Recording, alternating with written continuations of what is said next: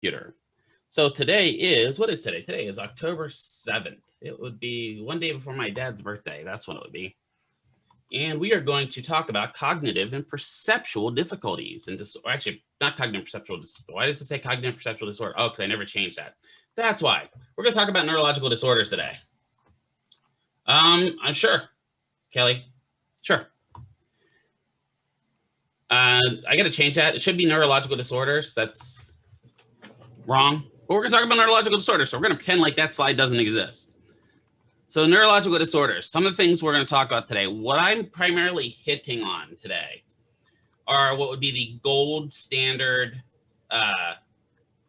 disorders that are going to hit you on your boards. Oh, happy anniversary. Yay. Round of applause. Get it? Round of applause. No, I thought that was funny.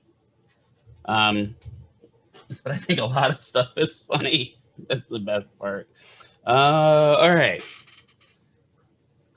Yeah, it's been a year. That's kind of funky, huh? Well, more than a year when you think of how long it took you to get into the program, right? I mean, that's the downright truth. Good news is, if you think about it, that means you basically have a little, like, not even a year left. It will go by quicker. Don't worry. The next semester, especially, at least for me, is like a whirlwind nightmare because how short it is. Anyway, so guess Mr. here. So the couple we're going to cover are your gold standard diseases that you're going to encounter on your boards. So when we talk about neurological diseases you're going to encounter on your boards, a lot of times we'll talk about the gold standards. And like Huntington's and epilepsy are silver standards, but I threw them in there because I've been seeing a few more questions about them. And then you've got bronze standards. And bronze standards are some of those weird neurological disorders that maybe you might get a question on, but it's going to be really rare. These are the ones you're going to get questions on. I pretty much can guarantee it. So we're going to talk about ALS, amyotrophic lateral sclerosis. We're going to talk about epilepsy. We're going to talk about Huntington's. Talk about MS. Talk about myasthenia gravis, which I always laugh that we talk about myasthenia gravis so much, considering I think I've seen one myasthenia gravis patient in all of my career. And we're going to talk about Parkinson's. So those are the kind of ones. The big one we're going to hit is kind of the end Parkinson's, because Parkinson's is a lot of what you'll get a lot of questions on that on your board. You just will. Most of what you're going to see with these different disorders is the treatment from a physical therapy standpoint is pretty much going to be the same. Safety, symptom mitigation, energy conservation. But when you think about it, that's pretty much our job, right? Even if you think you go to a stroke, what's our treatment? Safety, symptom mitigation, energy conservation. That's kind of what we do. That's pretty much our standard way of going things. One of the things I'm going to talk when I talk about when you do your board or prepare for your boards is that one of the big things that you're going to be focusing on when you look at your questions is that if you have 4 answers that you're looking at, the most safe answer is always going to be the right answer. The boards are always on the absolute side of safety. Even if 2 of the answers could be potentially correct, one's a standard walker and one's parallel bars. Parallel bars is always going to be the right answer because that is the most safe answer. That's just kind of the way your boards work. They always tend towards the most safe. So what is ALS? ALS is Lou Gehrig's disease. And I'm not going to read all of these slides because otherwise I might, just go nuts, because some of this is just epidemiology and stuff like that. And if you want to read that, you can read that. This would be one case where somebody that found the disease would probably never wish he found it, right? Because this disease affected him directly. 1939, doctors at Mayo Clinic diagnosed him with this, right? Which the technical term is amyotrophic lateral sclerosis. After that, he'd never play baseball again. If you look, he was diagnosed in 39, died in 2 years. That's pretty common with ALS.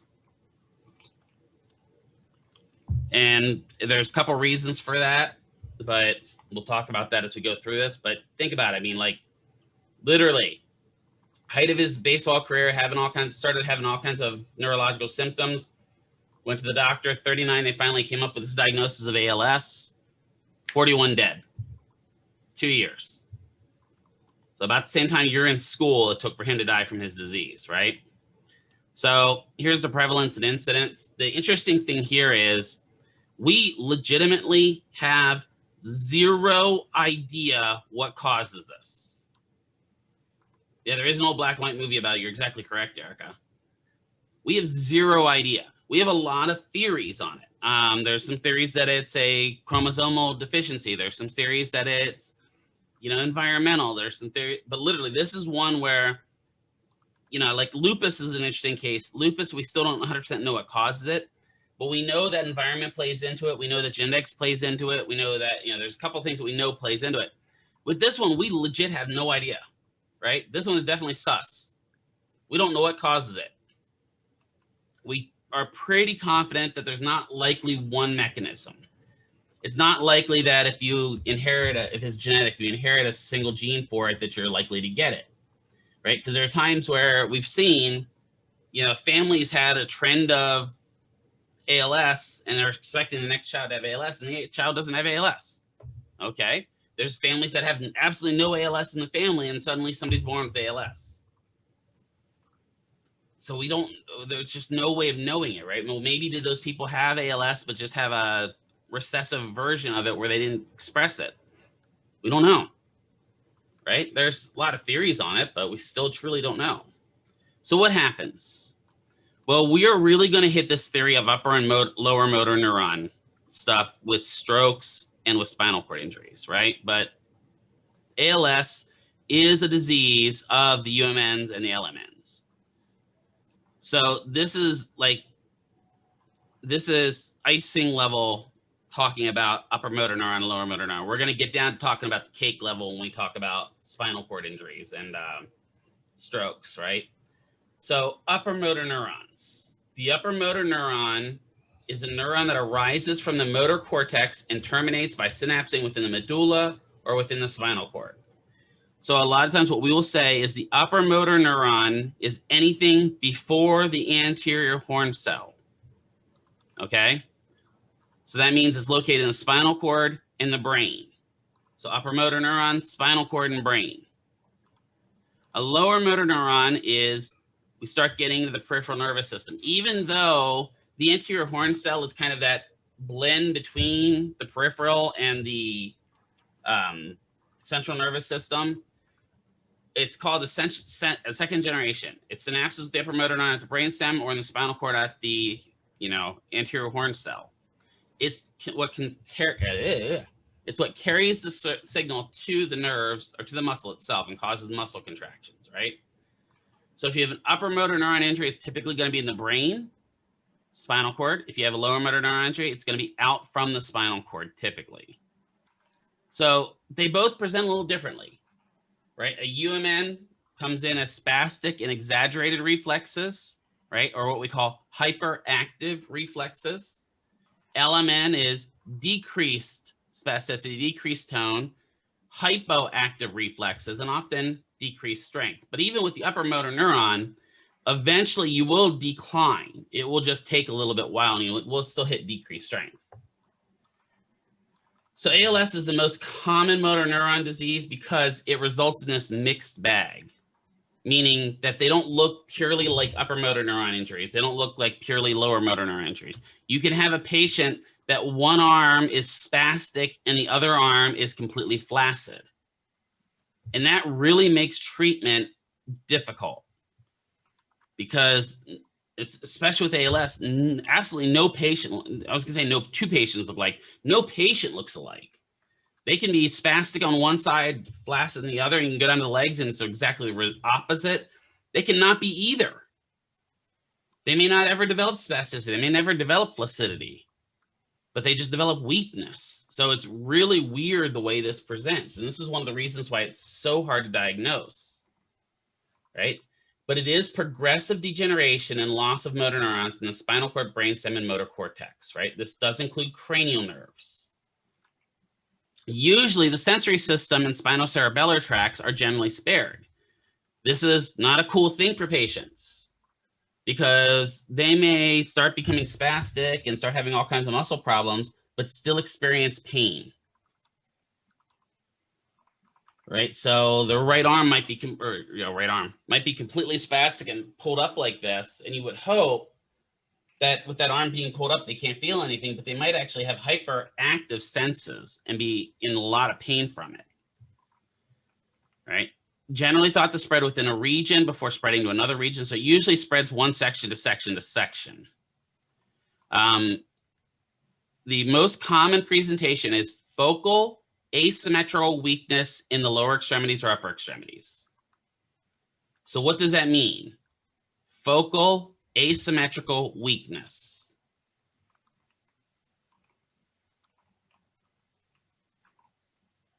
Let's break it down. What does focal mean?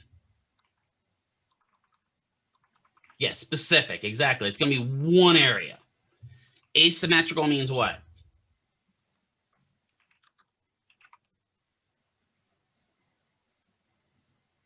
Good job, Renee. What's asymmetrical mean? Yeah, good. Not symmetric. Very good. What does that mean? One-sided. Yeah, there we go. One side more than the other. Doesn't mean it's not going to be both sides, but one side's typically weaker than the other, right? So it's literally saying that I'm going to present with one specific side, either upper extremity or lower extremity, that's going to get focally weak.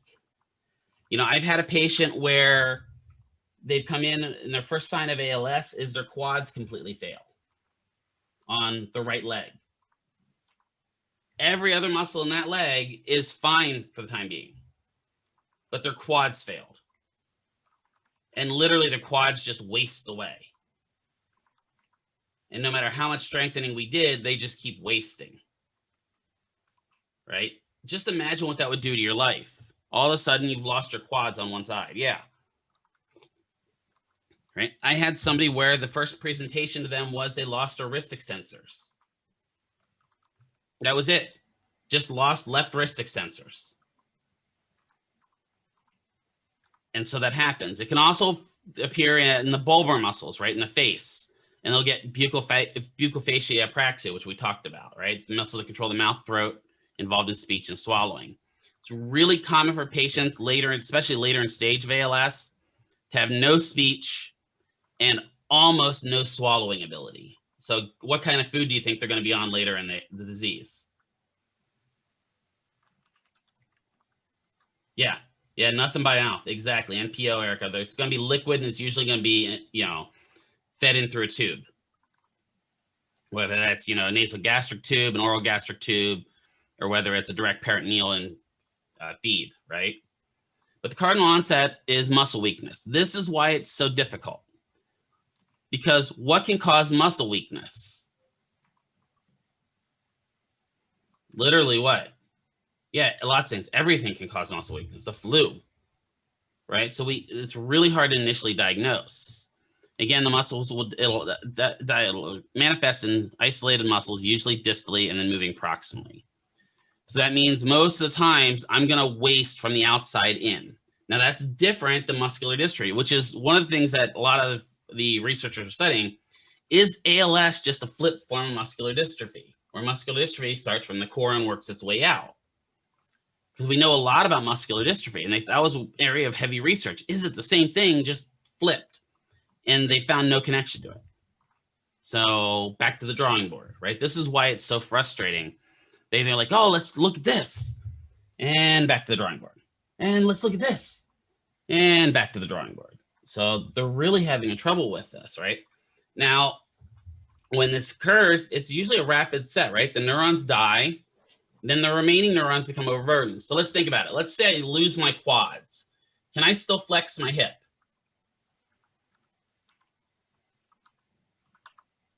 Yeah, right? Because I've still got iliopsoas, right? What about knee extension?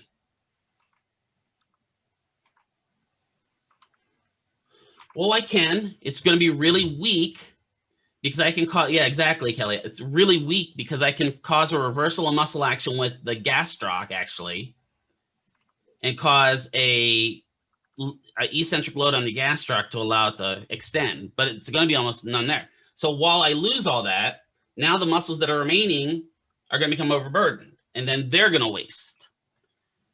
They're also going to show this abnormal physiological and metabolic response to exercise. A lot of these patients will burn through calories like crazy. You know, you're going to see that even though they may be eating, they're just looking like emaciated because they're just burning through calories at a weird response. Or the other happens. Instead of burning through calories at a high response, they just don't burn calories at all. You know, heart rates are weird, respiratory rates are weird, right? Some other signs, symptoms, decreased speech will happen, decreased swallowing, rest impairments, and eventually cognitive impairments. It will be progressive, deteriorating, and inevitable progression, right? Can be several months to decades between onset and death, but the average between diagnosis and death is 2 to 4 years, right? So this is literally a death sentence. Your doctor tells you you have ALS. It is a death sentence. You know it, there's no way around it, right? It can take 4 years for a diagnosis, right? So you got to think about this. So for 4 years, they're trying to track down what your problem is. Then they finally get a diagnosis and they're like, yeah, by the way, in 2 years, you're going to die, right? Think about that. That's just, it's horrible. Terrible. It's horrible. Death is usually caused by respiratory failure. So you're going to find out all like these diseases, you're not going to die of ALS. You're not going to die of muscular dystrophy. You're not going to die of Parkinson's. You're going to die of pneumonia. And there have been quite a few cases lately that are dying because of what do you think? ALS patients. COVID. Yeah. Right? Because it's an opportunistic infection. Right? It likes people that are already weak. And you don't get much more weak than these people, right? So how can we treat them? Well, we can pharmacologically treat their symptoms. We can treat their pain. A lot of them are on high-level pain medications, like fentanyl patches and stuff like that. Provide them with speech and nutrition to address their swallowing issues. Respiratory management, right? They're going to be seeing a lot of respiratory therapists. A lot of them will be intubated. Most of them will eventually speak by a mechanical speech board where they're tracking with their eyes because they lose all, you know, it'd be great if I lose my speech functions and I can type, right, and type out my words I want to say. But if I've lost my arms, I can't type them out. So they get those fancy dancy, you know, visual boards that they can actually type out with their eyes and move with their eyes, right? So all of this leads into them just passing away. There are some really promising therapeutics out there. There are some new therapeutics that are looking like they can extend somebody's life by 7 to 8 years. And when you think about it, 7 to 8 years doesn't seem like a lot, right? It really doesn't.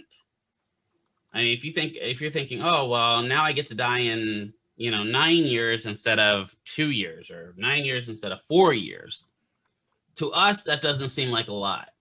To the person dying from this, that's a lot, right? Think about this for a second, because I had a patient like this. He was diagnosed when his son was 9. He died when his son was 11. So 2 years. If he got 9 years out of it, he'd get to see his son graduate high school. But instead, you know, the kid got to what, 5th grade? It's a big difference for parents. I mean, all you parents know that, right? There's hopefully one of the biggest gifts your kids can ever get you is graduate and get out of the house, right? At least that's what my dad said.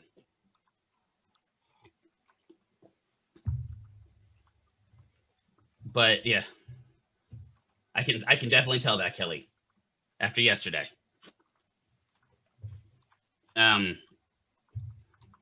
But yeah, so think about how that can change things, right?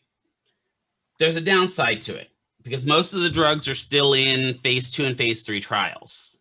Actually, phase 3 trials, most of them are in. But in order to qualify for a phase 3 trial, your disease progression has to be within the first 18 months of disease progression. So think about that for a second. If it takes 2 to 4 years to diagnose it, most patients are already outside of that therapeutic window. So they don't get it. And so they'll never get that medication. And we'll never have full efficacy trials because that's the way it's designed. Right? I can't even tell you how wrong that is. That we can't get this drug to market because we don't have enough trials to prove that it both works and is safe, right? Because guess what one of the side effects of most of the ALS drugs are? Death. But like, think about it to yourself. If you were told, well, look, you're going to die anyway. Here's this drug that could possibly extend your life by 7 years, possibly, or it could kill you. I don't know. I'd be on there going, well, I'm going to die anyway. I might as well try this and see if it works.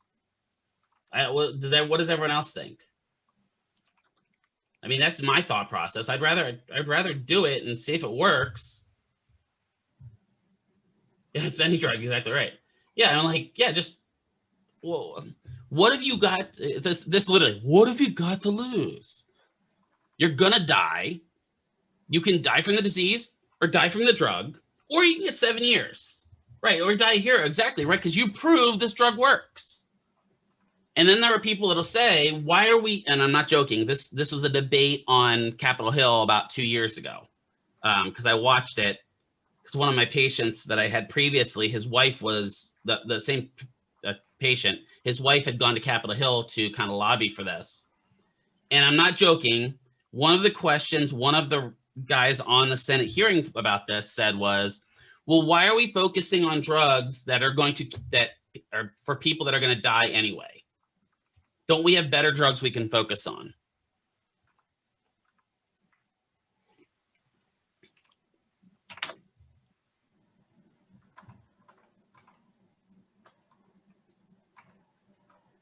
It may be. You're exactly right. I didn't think about that, Erica, either. There's a good point. Erica says, you know, I think there might be a lot going on mentally for them. They may not be able to make a big decision like that. You're probably right.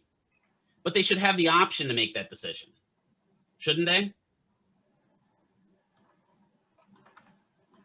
I mean, that's what it comes down to. And it's the point of science, right? The point of science is to make our lives better. And it's just, we can make 3,000 different erection pills so that people in their 90s can have sex, but we're worried about giving somebody 7 years extra with their family. It just blows my mind. And when I heard that comment, you know, it just blew my mind that a senator could be that callous. But do you want to bet if that senator gets ALS, their tune's not going to change? 100%. Yeah, or their kid, exactly, right? Their kid will get it because magically they'll be within that 18 months. I'm not even going to go there. But just think about that first. It's just callous disregard for human life. It just is. If nothing else, from Law and Order, I've learned from watching D.A. McCoy, that is depraved indifference to human life. That's my opinion. Everything is depraved indifference to human life on Law and Order. No Law and Order fans here? I'm a Law and Order junkie. I love it. I should have been a lawyer. Probably should have been. So what are our jobs? Well, just SVU sometimes burns me out. That one you get to see the dregs of society. So anyway, so what do we focus on? Well, we used to focus on quality of life with these patients, but in reality, we're not focusing on quality of life, right? We're focusing on quality of death. Can this person die with dignity? Right? So we're going to focus on maximizing function, making them functional as long as possible, compensating where we can, right? But understanding that this disease progression can't be altered or reversed. You know, one of the big things that, because Mark was the guy that I worked with, one of the big things Mark would always say is, man, I feel like I'm getting stronger. And it was really hard for me because I wanted to tell, I just wanted, you know, you walk that fine line of encouragement but also reality, because he wasn't getting stronger. He just wasn't losing as much. Right? Just, yeah, right. And so you have to, I didn't correct him so much as just let him kind of go on, right? But you have patients like, well, I'm gonna get better from this. I'm gonna get healthy. Sometimes you have to bring them down to reality and say, this is a disease you can't take lightly. This will kill you, right? The main thing here we have to focus on, you're gonna find this with this disease, we're gonna find it with MS, and we're gonna find it with Parkinson's, is we have to be careful not to overburden the patient, because we can actually push them too hard and overburden their functional motor neurons, which will then eventually make them worse, right? So there's this really fine line, and literally it's a balance beam we walk. Is this enough, but not enough to basically kill them, right? The patient will respond a lot of times to abnormal response to exercises and vitals and energy, so we have to monitor that. If we notice that they're sweating a lot, their heart rate's up, we may have to back down our treatment. And that includes telling patient, hey, we need to step it back here because we want you to come on Thursday. And if you keep going this way, you're probably not going to come on Thursday. Safety, including transfers and equipment, right? We're going to have to teach patients how to use Hoyer lifts. We're going to have to, families how to use Hoyer lifts. Adaptive equipment like the speech board, which we'll be going through speech for.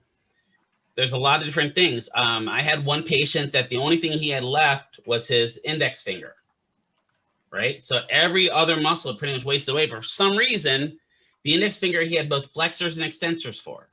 Didn't go away. And he had that up till he died. So then we have to figure out, how can we get this functional muscle to do most of the stuff the rest of his body would do? Right? So you develop a complex little motor board that he can reach for different stuff, like moving his wheelchair, increasing his oxygen if he needs to increase his oxygen. There's all kinds of stuff we can do. And we want to teach patients to conserve as much energy as possible for focusing on life tasks, right? Which is really hard later in life, because a lot of these patients go into advocacy. A lot of them go into advocacy. They really fight for people that are just getting the disease. And the problem with that is, by burning so much energy fighting for other people, what are they really doing to themselves?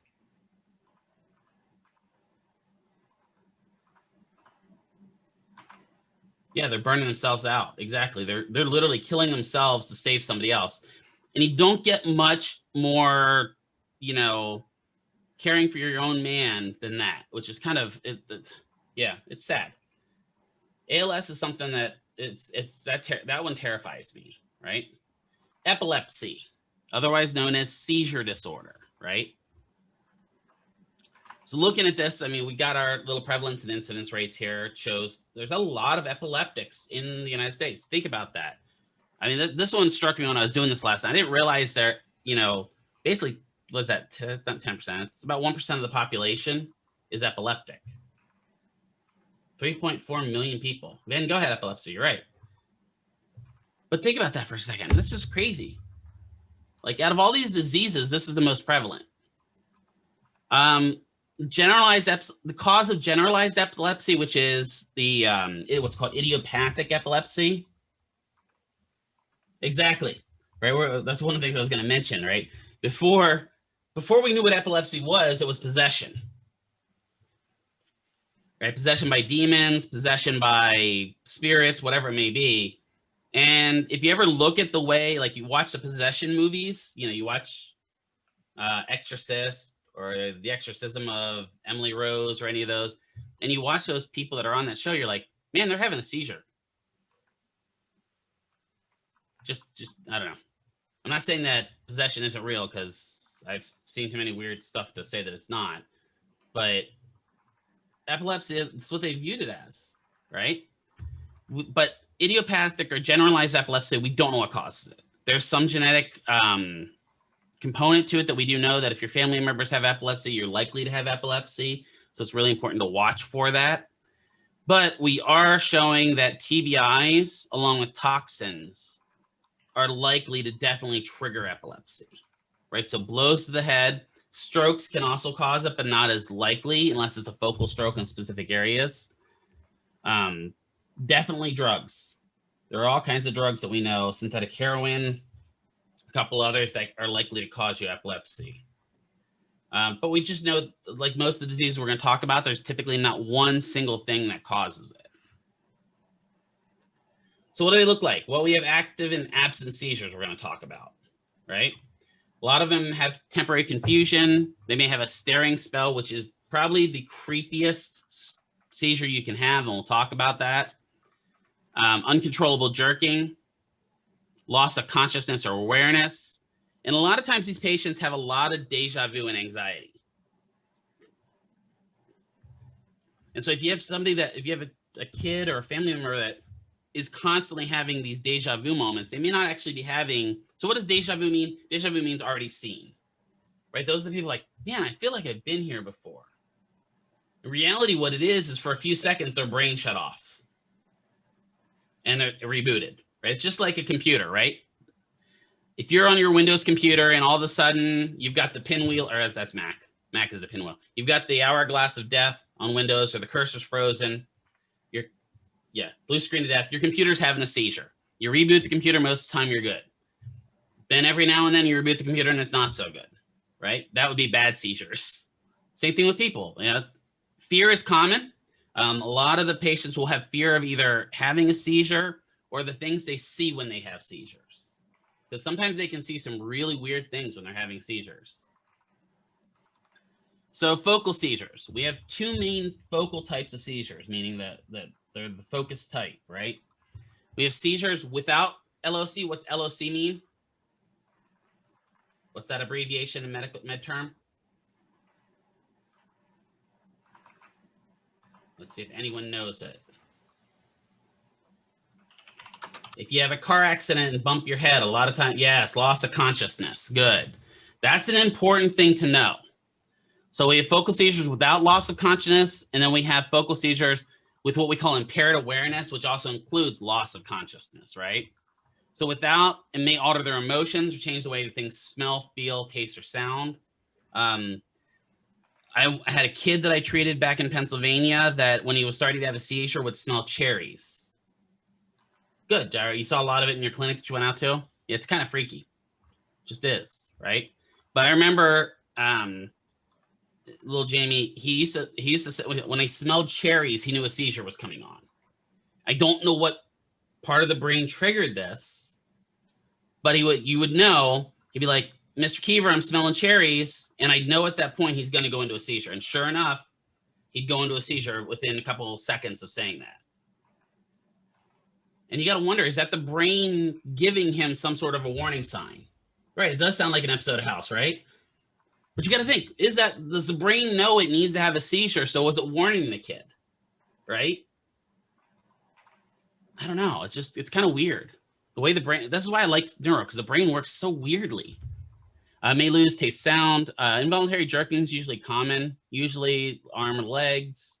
Spontaneous symptoms can occur like tingling, dizziness, flashing lights, right? And ironically enough, they can see flashing lights, or flashing lights can cause a seizure. So we got to be careful with that too. Impaired awareness, they can completely lose conscious awareness. They may stare off into space. They may respond normally. They may not respond normally. They may perform repetitive movements, right? I've seen a seizure person that literally, that was their seizure. They were doing almost a chorea movement, right? Walking in circles. So the types of seizures. These are important to know because this is important to be able to distinguish with your patient, right? Absent seizures are what used to be called petit mal seizures, right? What does petit mal mean? Little bad seizures. That's really what it means, right? These are most common in children, and they can be really terrifying to see in kids. Most times, if you have a kid that is having these type of seizures, they'll be sitting there in the chair and they're just gone. This is why it's just so weird and so creepy to see. You know, suddenly you're working with little Timmy, and suddenly Timmy's just doing like this. And it's not his attention that's gone. Like, the lights are on, but no one's home at that given moment. His mind is not his own. Never mind. One of you out of there will get that. That's an 80s reference there.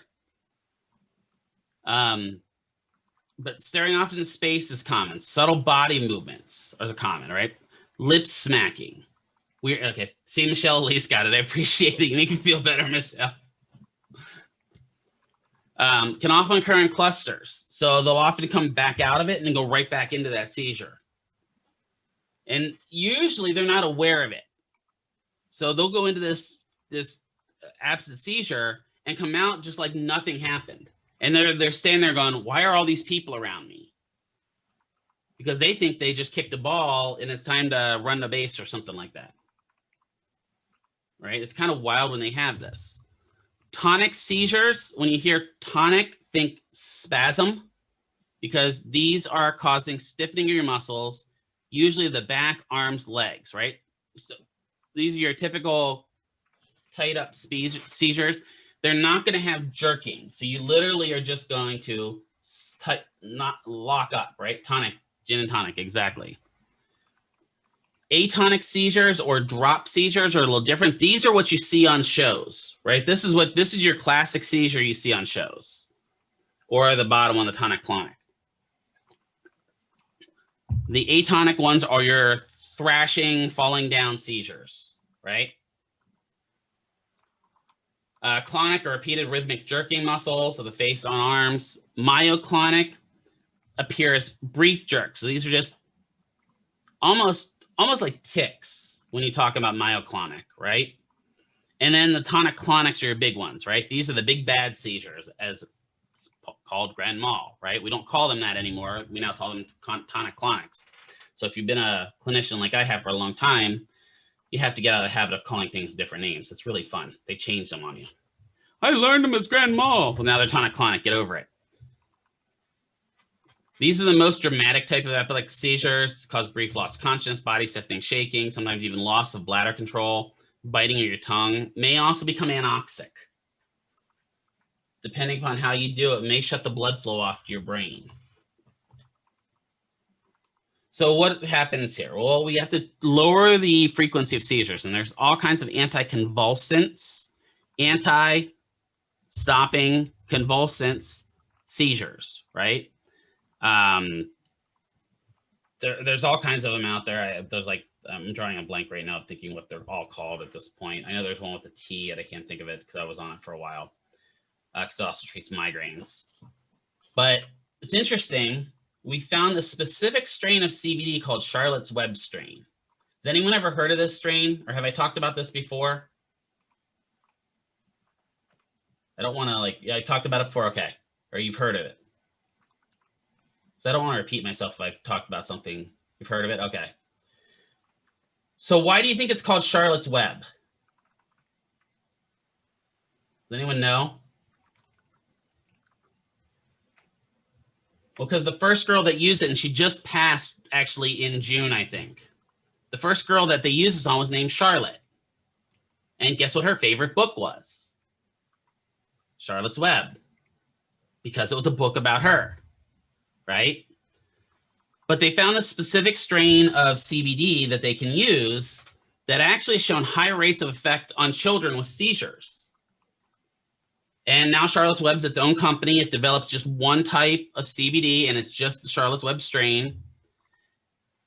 And even in adults, it's starting to show really good reductions in seizures if taken every day. And so then people are like, oh, well, they're using marijuana. Not really. This one is based on marijuana. It's not a hemp-based CBD, so it does have some THC in it. There's no way around that. Right? So technically, if you took this strain, you could pop positive on a drug screen, right? It's got a very low level, but it still has it. But it's amazing. I've seen kids where they're having 7 to 10 seizures a week go down to 1 a month from it.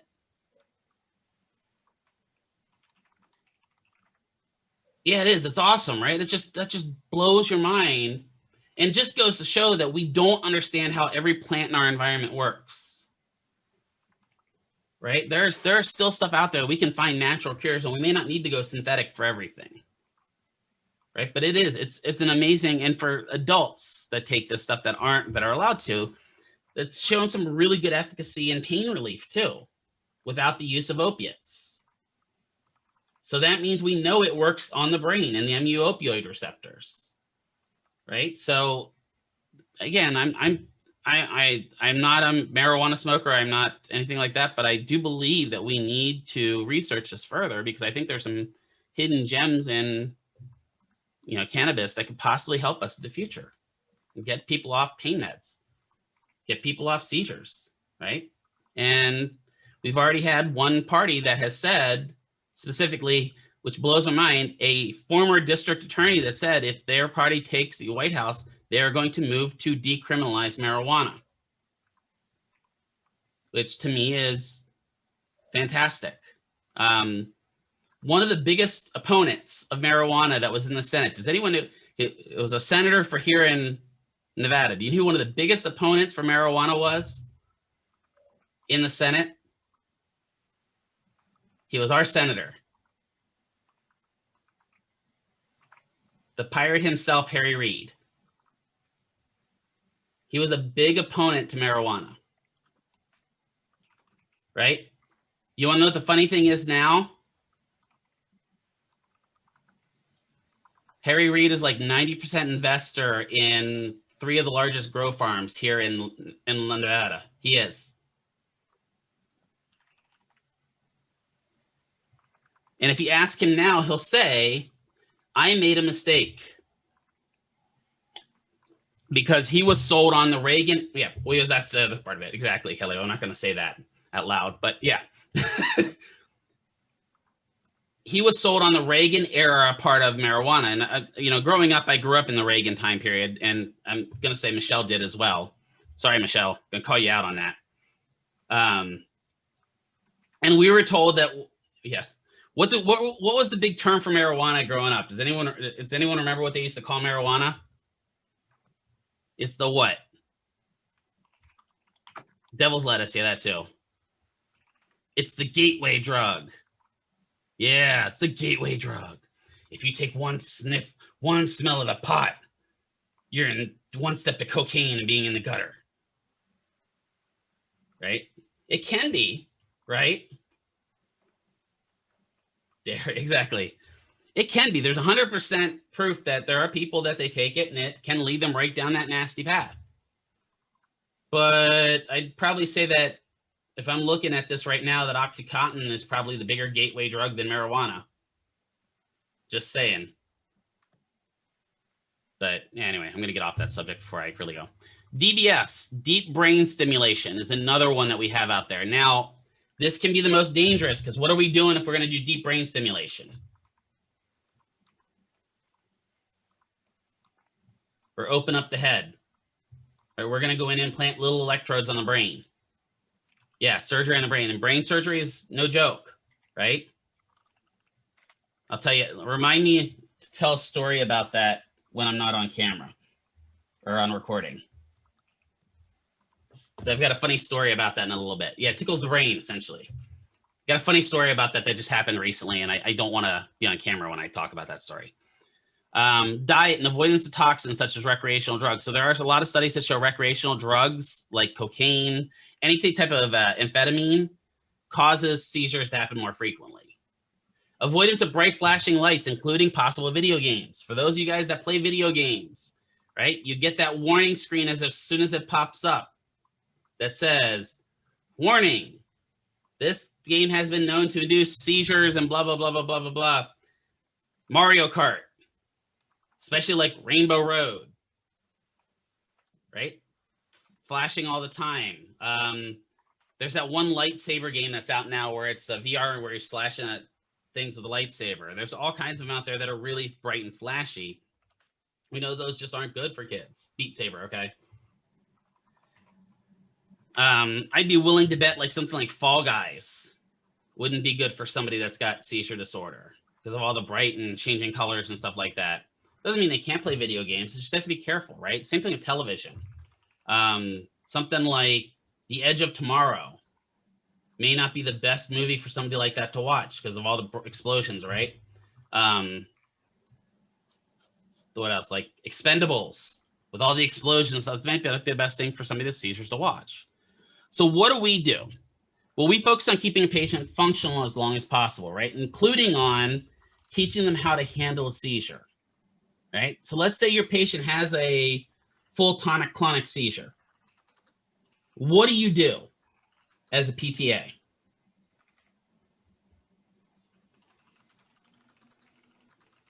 The old theory was you basically laid on top of them and hugged them and restricted them.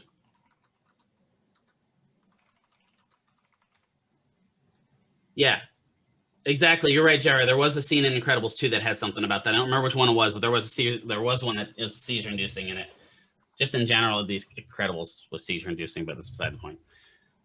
But it used to be, it used to be that we used to basically lay them on the ground and hug them and try to restrict them. We've learned not so good anymore, because if their muscles are constantly jerking, you actually have a possibility of ripping muscles off the bone or fracturing bones, right? The best thing to do is move them to an open environment, roll them to the side and clear the surroundings, right? Why are we going to roll them to the side if we can?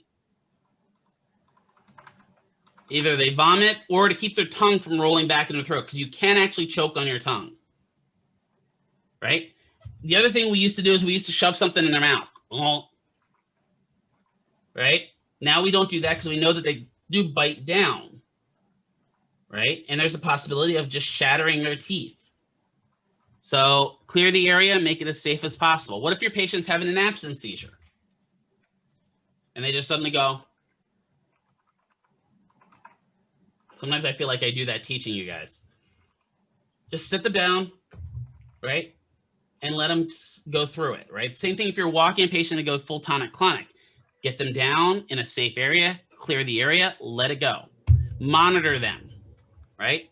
Make sure that you have an ability to check them at least, because especially if they're going with the full absence seizure, there have been patients that have had absence seizures and had a heart attack in it.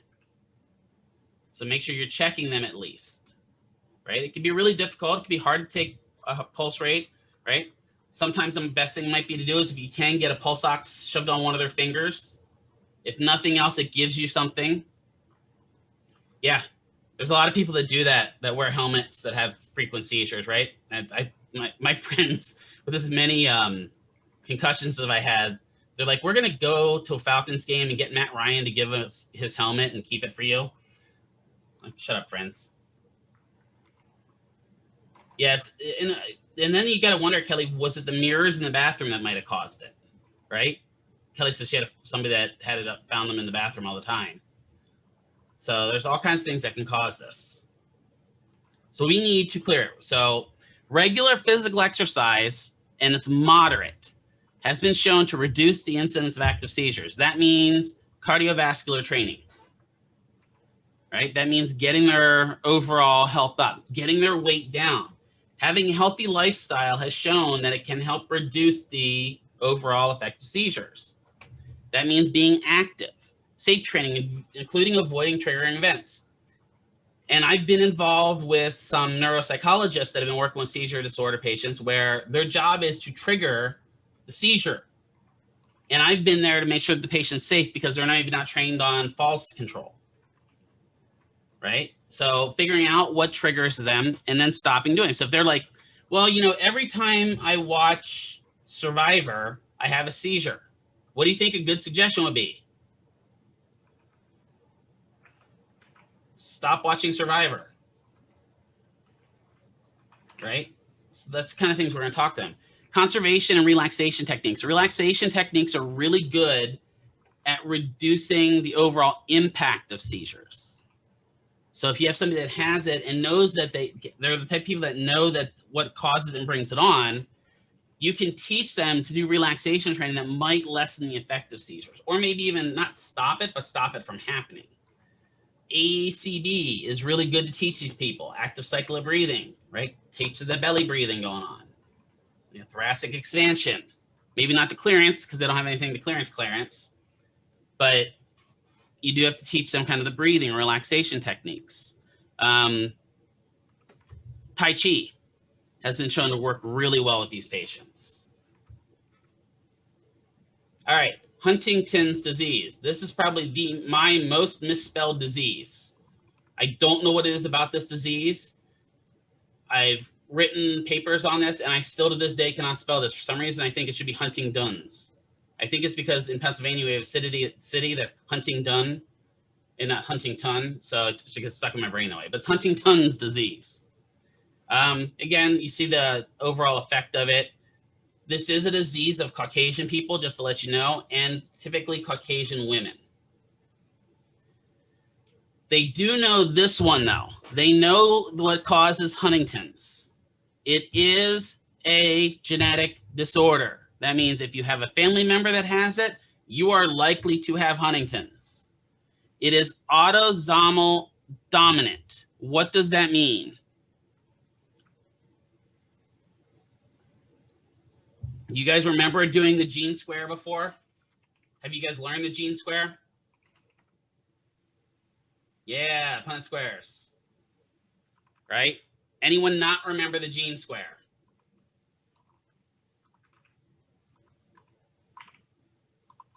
Or know what I'm talking about? Does anyone not understand? Okay, then let's talk about it because that's important to know for your boards. All right, so let's see here. We're going to draw it out. So we're going to say mom is down, dad is across. Right? So when we draw out genes and we talk about it, a capital letter is a dominant gene. A lowercase letter is a recessive gene. Right? So this will determine how your kids, because this can help with understanding who gets blue eyes. Right? So blue eyes is a recessive gene. So let's say mom has Huntington's and dad does not. Right? So mom can have two different genes then. Mom can be A, capital A, meaning she has both genes for Huntington's. Because it's autosomal dominant, mom can be either of these genotypes, right? So she can either be A capital A, or lowercase a, capital A, because both of those indicate that mom has the disease. Lowercase a means no one, whoever that is, whether that's mom or dad, they do not have the disease.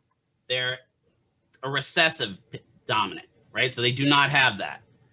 So we're going to go with mom having lowercase, capital A, lowercase a. Where's my little cursor at? There it is. So here's mom. And we'll say dad is recessive. So dad does not have any traits for Huntington's. What that means is if they have 4 kids,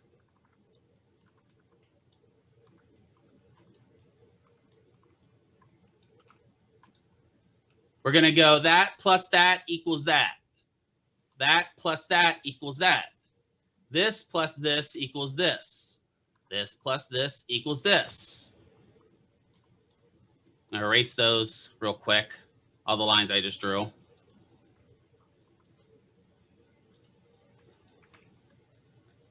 So in the case of even one dominant gene for this disease, 50% of your kids that get born are going to have Huntington's.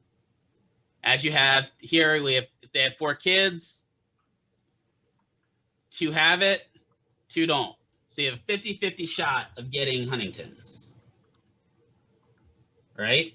Does that make sense to everybody? Okay.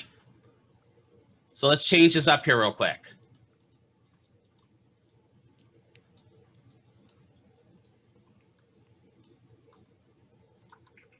Because now we're going to say that mom is double dominant. What percentage of their kids are going to have Huntington's? All of them. Because now all of the children come out this way. And because it is a dominant disorder, all of them are going to get the capital letter. All of them are going to come out with Huntington's. right? Let's change it one more way.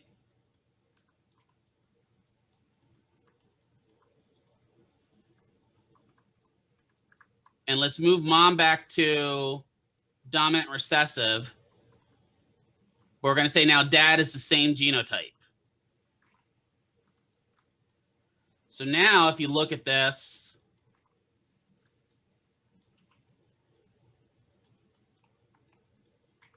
you only have a 25% chance of not getting Huntington's. The only way you can escape this is if neither of your parent have the gene for Huntington's. It's the only way you can truly escape it. Does that make sense? If one of your family members has Huntington's, you're in trouble. There's a good, at minimum, at bare minimum, there's a 50% chance that you're going to get it. More than likely, probably 75%. You know, if not 100. So that's kind of important to understand. I know that we probably haven't done those Punnett squares since, yeah, get tested before reproducing, exactly. I know it's probably been since, I learned that I think I want to say it was 7th grade, maybe.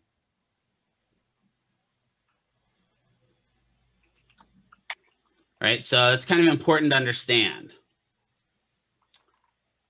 So it's a mutation.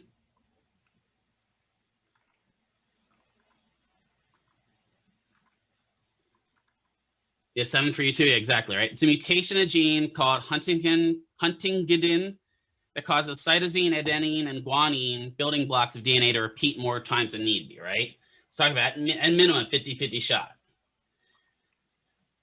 A child who does not inherit Huntington's typically can't pass it on. So typically, if you are the double recessive trait, you can't pass it on. There's a weird triple gene that can pass it on, but most of the time, don't worry about that. We diagnose by genetic test, medical history, brain imaging. Causes brain cells to die. This is the sad part. And actually, just like every other thing, there's a house episode for that. Just like every medical condition, there's a house episode for it. Because one of the doctors, yes, exactly, one of the docs had Huntington's. Well, it's Cameron, wasn't it, I think? If I remember correctly, or one of them. Maybe it wasn't her. Yeah. But again, there's a house episode for it. It just is. Causes brain cells to die, like I said, right? I have the digital version of it. I was working my way back through it the other week. Signs and symptoms. Patient typically gets uncontrolled movements or chorea. Chorea is that dance-like movement. So they're reaching to do things and they're kind of swimming to do it, right? They can also get athetosis chorea, right? Where they get that kind of snake-like movement. They'll often have abnormal body postures due to abnormal writing response. So they might stand like this. They might stand like this. They might be retropulsed. They will have changes in behavior as it starts breaking down your frontal lobe. Impaired coordination is common, slurred speech, and difficulty feeding and swallowing. I think I have Huntington's. All of that comes into play. So the interesting thing about this is there's no treatment for it. They can give them tetrabenazine and deutetrabenazine to treat the chorea. It is a sad, you're exactly right, Kelly. It's really sad to watch somebody with this. There's medicines we can give to ease the chorea, ease the hallucinations, ease the violent outbursts, but the brain is just basically melting. Right? There's no way to redo that.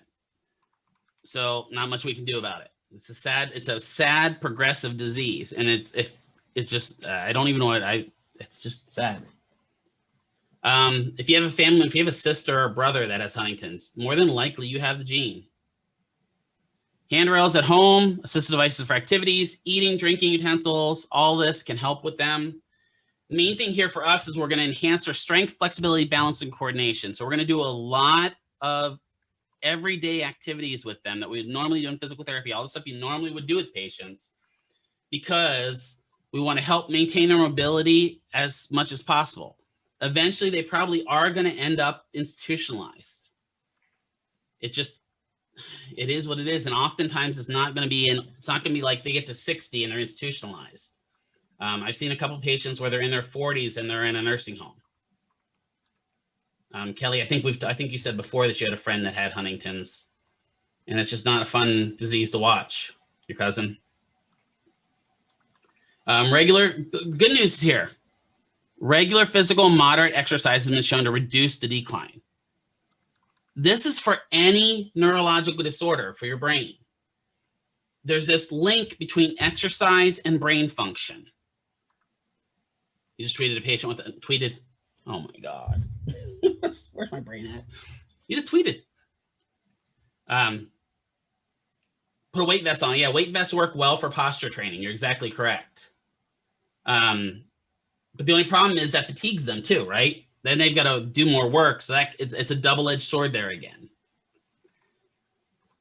But yeah, there's this thing that it's even with Parkinson's. I'm going to talk heavily about that because I know that's my route I'm heading. There's a lot of studies that show regular mental activity and regular physical activity can help reduce neurological decline. So for you guys, right, you have family members that are getting up there in age, maybe mom, dad, grandpa, grandma. The more they are active, the more cognitively they will retain. So it's really important. We'll talk about that. But my big example of that is Joe Paterno, who is, if you go to Pennsylvania, Joe Paterno is like second only to God. It's at any age. Exactly, Kelly. It's at any age. But if you go to Pennsylvania, Joe Paterno is only second to God. I'm telling you right off the bat. He's the former coach of Penn State. And we can talk about the other problems he had, but whatever it is, while he was coach at Penn State, he was fantastic. He gets fired from Penn State and dies in a year.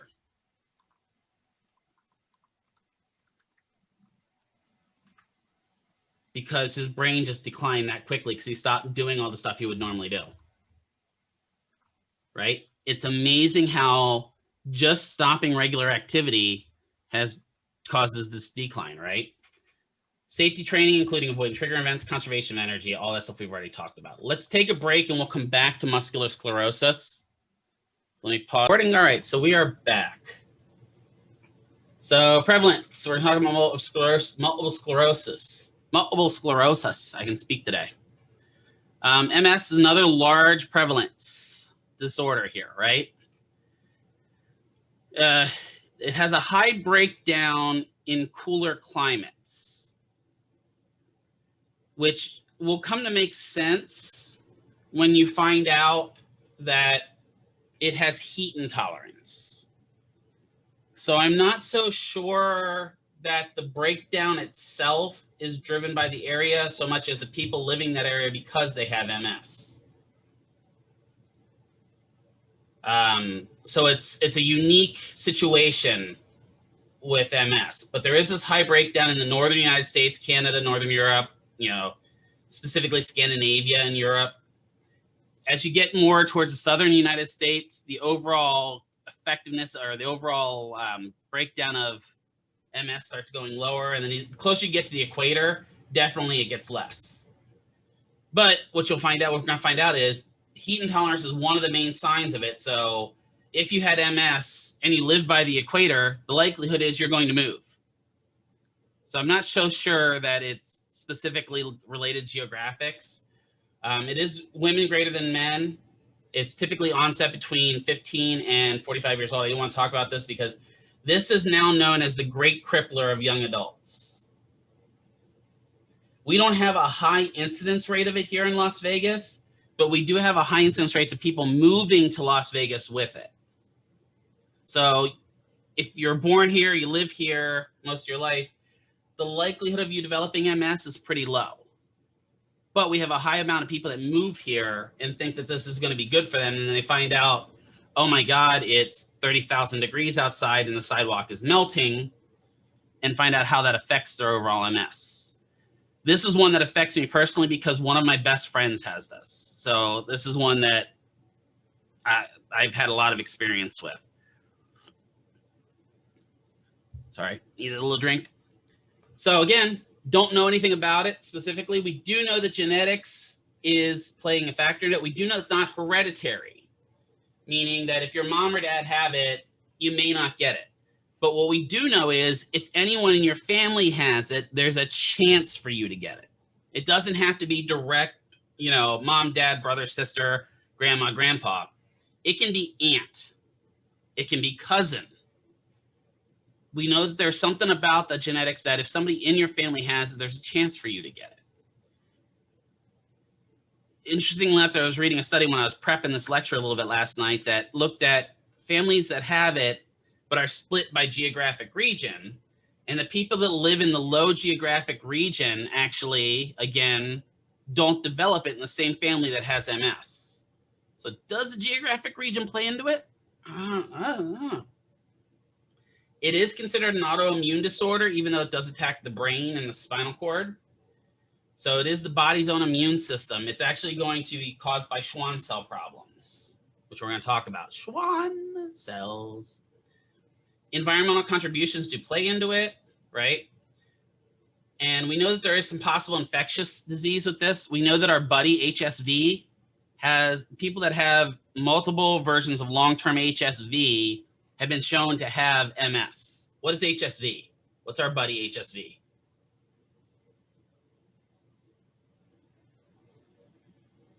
Should have learned about this in patho.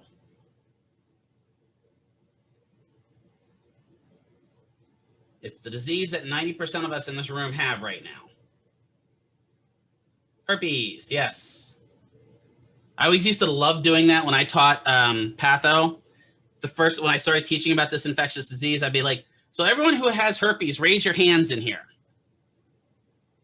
And everyone would be looking around at each other like, I'm not raising my hands that I have herpes. And so I'd get no one. I'd be like, you're all lying. Because 90% of you in here have herpes. Right? If you had a cold sore, you have the herpes virus latent in you. It's just the way it is. It's one of those that just keeps coming back and visiting us, right? There is some signs that HSV plays into multiple sclerosis later in life. Good news is, you know, like I said back here, it's about 15 to 45. So if you make it to 45 and you don't have an onset of it, you're pretty safe. Just saying. I'm shooting for it. Good. The most widely accepted theory is autoimmune disease induced by viral or other infectious agent, right? The immune system triggers production of T lymphocytes, macrophages, and immunoglobulins that in turn command to trigger a protein called antigen is activated, producing an autoimmune cytotoxic events within the CNS. The blood-brain barrier fails and myelin is sensitized. Wow, that's a speech. So basically what it says is your white blood cells in the body break down the blood-brain barrier. And then by breaking down the blood-brain barrier, it triggers your immunologic system inside your nervous system to fight that. And because it fights that, it breaks down the myelin in your body.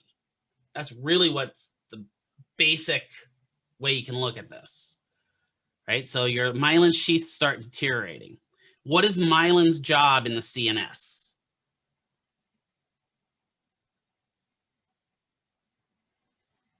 What does it help promote? Well, protect spine. Yeah, it does protect spine. Yeah, it helps promote. You remember what that type of conduction is called? I don't care about spelling. You're fine. Saltatory conduction. Good, right? That's that jumping from the nodes of Ranvier to the Ranvier to the nodes of Ranvier. Do you remember that whole fun thing? Does anyone not remember what I'm talking about? That I have to draw it out for you?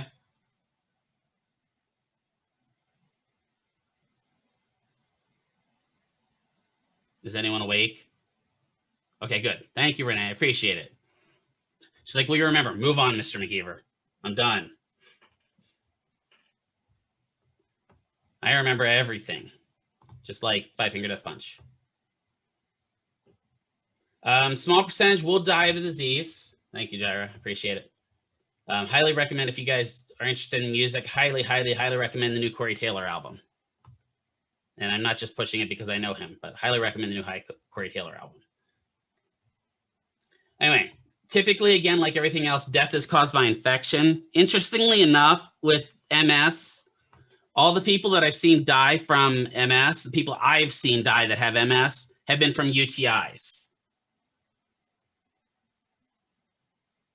So it's kind of interesting. I've seen more UTI than I've seen respiratory, but respiratory happens too. I've got a picture of my buddy coming up here. No, not a picture of him, but a picture of his brain. You'll see what we're talking about. 74% survive 25 years after the symptoms. But here's the deal. At about 15 years after onset, 50% require the use of an assistive device. 20%, 20 years after that, 50% require a wheelchair. He was diagnosed, so let me think. I was married in 2001. And at that point, his son was 2 years old. So he would have been diagnosed in 99. So it's now 2020. I want to say about 5 years ago, he went to a walker. So he's about following the standards here. So the first thing that happens, the very first problem most patients have is a vision problem. And it was his. He had scotomas. So you may get diplopia, double vision. What's a scotoma? Does anyone know?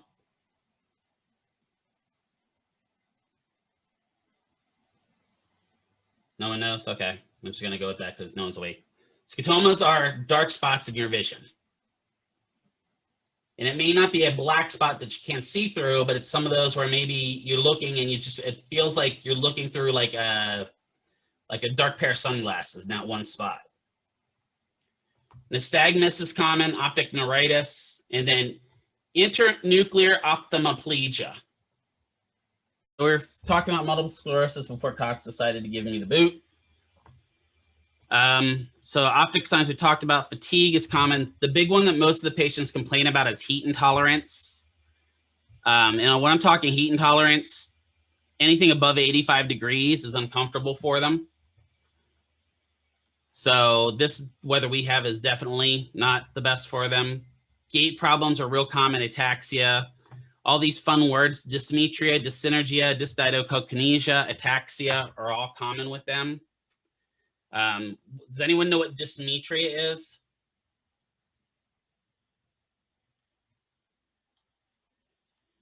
Dys meaning difficulty, metria meaning metric, meaning distance. So difficulty judging distances. Dyssynergia we talked about. And dysdiadochokinesia is that one fun, wonderful one that, you know, you have problems with rapid alternating movements. That's a touching your nose problem. And other things like reaching for stuff with one hand, doing something else with the other. Sexual dysfunction is really common, 91% in males, 72% in females, but that kind of makes sense why it doesn't affect females as much, because female sexual reproduction is driven by hormones, where men's there's a lot more into it than just hormones. You know, that's just the way it is. We'll talk about that with spinal cord injury too, that it's completely possible for somebody with a spinal cord injury, if you're female, to have a child, but it's usually impossible for males to have children. Well, always impossible for males to have children, but you know what I mean. Headaches common, often called ice pick headaches, where it feels like somebody's jamming an ice pick in the back of their eyes. Hyperpathia is common. Trigeminal neuralgia is also one of the major problems. That's one of the problems one of my friends has as well, is trigeminal neuralgia, which is inflammation of that trigeminal nerve. And a lot of times when you think of trigeminal nerve, this is the distribution pattern of the trigeminal nerve. So if they'll often say they have lightning shooting out the side of their face, that's trigeminal neuralgia. Poor regulation of the cardiovascular system leads to those temperature problems, cognitive deficits. He's really starting to have that now, and he's not so happy about that he's actually starting to forget things. And he's a anthropologist, so he does a lot with, it's funny, he's an anthropologist for Southwest Indians, Southwest Native Americans, and Egyptians. So he picked the two absolute worst, not racist in word, the two worst populations. It was what he was interested in. He wanted to be an anthropologist all his life, and he picked those two, and then got his degree, and then got MS. So he picked the two worst populations for an MS person to actually be involved in, which is hilarious. He's teaching a lot more now, though, too, which I told him that's pretty much all you can do with an anthropology degree, but whatever.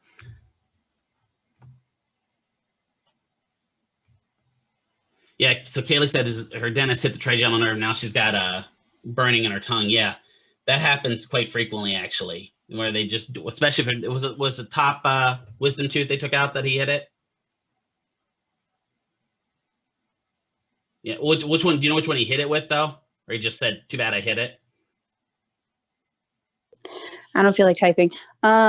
He didn't tell me when it happened. I just noticed the feeling like a long time after, like I was supposed to be healed. And so I kept calling and telling him, and he was like, yeah. So he gave me like I can go to a specialist, like a nerve specialist, but there's really nothing they can do. Yeah, the only thing they really do is ablate the nerve. Yes, that's really common. He'll pretend like nothing happened. Most doctors will. I don't know what happened. Yeah, like he told me, he said it's a possibility, there's a good chance. But But I he didn't said, do of it. course, there's, yeah, right. And then so the surgery happened, and then right after, of course, I was just all loopy and bleeding everywhere. And then he kept telling me like, oh, it's gonna be okay, you're gonna heal, and then like gave me steroids, and then no, it never healed. Yeah, the only thing they really can do is ablate that part of the trigeminal nerve, which is basically fry it off. Unfortunately, sorry about that. That sucks. That really does suck. Hearing loss, common respiratory problems are common. How they diagnose MS? I'm going to show you an MRI of my friend's brain. You can clearly see how they can diagnose it. Parts of the brain that are supposed to be myelinated show up as non-myelinated. That's how they're going to do it. So they're going to diagnose the MRI, and then they're going to get CSF data and look to see if there's abnormal white blood cells in the CSF, which there shouldn't be. It shouldn't be, as it says here, elevated total immunoglobulin in the spinal fluid and presence of, yeah, that word there, oligoclonal Ig bands. I can't even say that. Abnormal evoked potentials are common, which we're going to talk about down here, which is Lermet's sign. I want you to make sure that you put a star beside Lermet's sign or highlight it or something, whatever you do. Lermet's sign is a common sign of somebody that has MS. There are some other neurological conditions that goes along with too, but it's a common MS sign. This is an electric shock sensation down the spine into the lower extremities when the neck is flexed forward, right? It can also happen in extreme extension as well. Sometimes, most time it's flexed forward. So the test for Lermet's is you'll have the patient lean forward, and then you take two fingers and tap on the back of the neck, just at the base of the spine or base of the skull. And if you have a positive sign, if you do that and you have positive, what will happen is you'll feel shocking sensations down in the leg. That indicates a possible lesion in the caudal medulla or in the posterior columns. Fun fact about this, it's also seen in nitrous oxide drug abusers. So, if people are abusing nitrous oxide for drugs, doing whippets, it's also seen in those patients. But Lermet's is a common symptom of patients with MS. A lot of times when you do that, they'll extend their knees. It's really wild. So this is another slide to star. You need to know the types of MS, and the names tell you what they are. Relapsing, remitting. It gets worse, it gets better, right? That is the most common. Gets worse, it gets better. It gets worse, it gets better. It gets worse, it gets better. That's the most common MS. So they'll feel good for a period of time, then they'll suck. Then they'll feel good, then they'll suck. Primary progressive is the worst type to have. That is just that constant progressive worsening of the disease. There's no relapses, no remissions, whatever. And it's a constant, steady forward progression. Secondary progressive, it starts with the relapsing remitting. They get better, gets worse, get better, gets worse. And then eventually it just doesn't get better anymore. So about 50% of the people in the relapsing remitting get this type.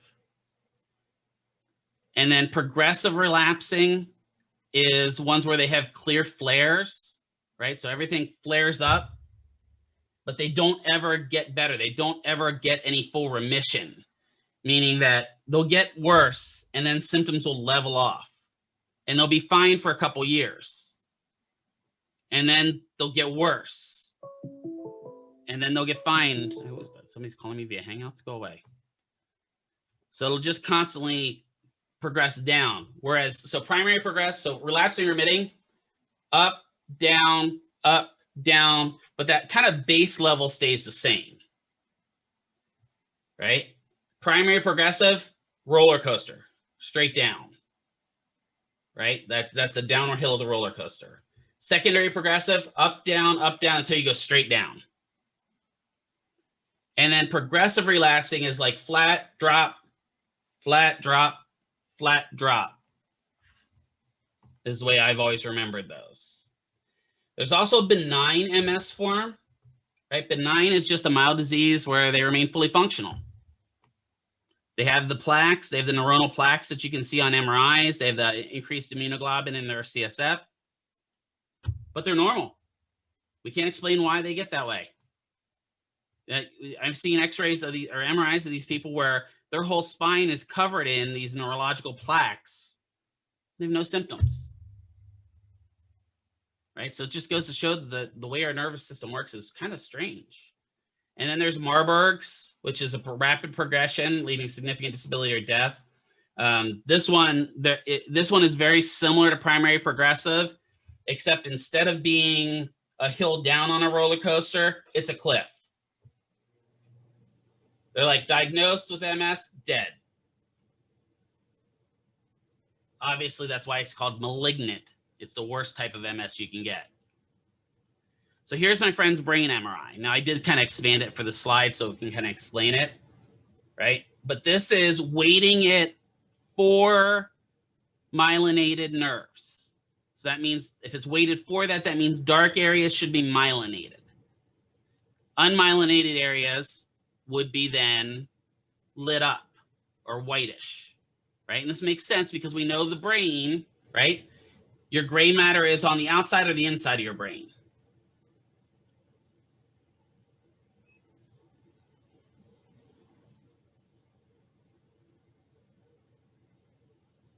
Outside. Gray matter protects the white matter, right? 50-50, exactly, right? So in the brain, the gray matter, right? It's flip-flopped when you get to the spine. You're exactly right, Erica. So it switches when it gets to the spine. Because all of that central nervous processing, the stuff that lets us live, needs to be highly myelinated to function rapidly, right? Breathing, right? Your pons, all that has to be highly myelinated. Hearing, maybe not so much myelinated. It doesn't have to be as fast for transmission because it's right here. It's right above the area that transmits it, right? Typically, the stuff that's more distal from the areas that's functioning is going to be more myelinated because the signal has to travel farther. So all this stuff in the center of his brain here, black is not going to work on a black screen. So all this stuff in here should be lit up bright white. Or I'm sorry, really dark. It should be black because that's all the myelinated sections. But he's got these white plaques here, right? What those are is those are areas where the myelin is completely and utterly gone. Now, this MRI was about 7 years ago. So I'd like to get a more recent MRI from him if I can. But you can see how, I mean, there's even little plaques in certain areas of the brain that shouldn't be there. And even the desiccation part where you've got that split of the brain where it crosses over is not as myelinated as it should. It's got some demyelinated parts in it. So, whoop, that wasn't what I want to do. There we go. So it definitely shows some problems. What can we do? Well, management, they're going to be given interferon or Avonex or betaseron. They can help with relapsing or reduction in relapsing rates and reduces the severity of relapses. So they can be given interferon IVs. There's Copaxone is a new drug that they have out for it. They're given immunosuppressants, so they're going to press down their immune system. Why are we going to press down their immune system? Because if we press down their immune system, that means it won't attack the blood-brain barrier, which means it won't attack the myelin. What's the downside to putting them on immunosuppressants?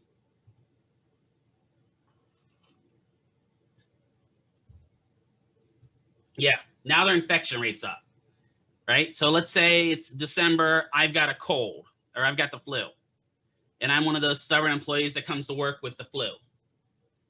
I wouldn't want to work with a patient with MS because more than likely they're on an immunosuppressant. They are prime COVID candidates, yeah. That's why my friend said he's happy that he's moved to online teaching right now. It's kind of scary. I don't know if I told you the story, but he was diagnosed with MS. His wife was diagnosed with Crohn's, and 2 weeks later, they found out they were pregnant with their first child.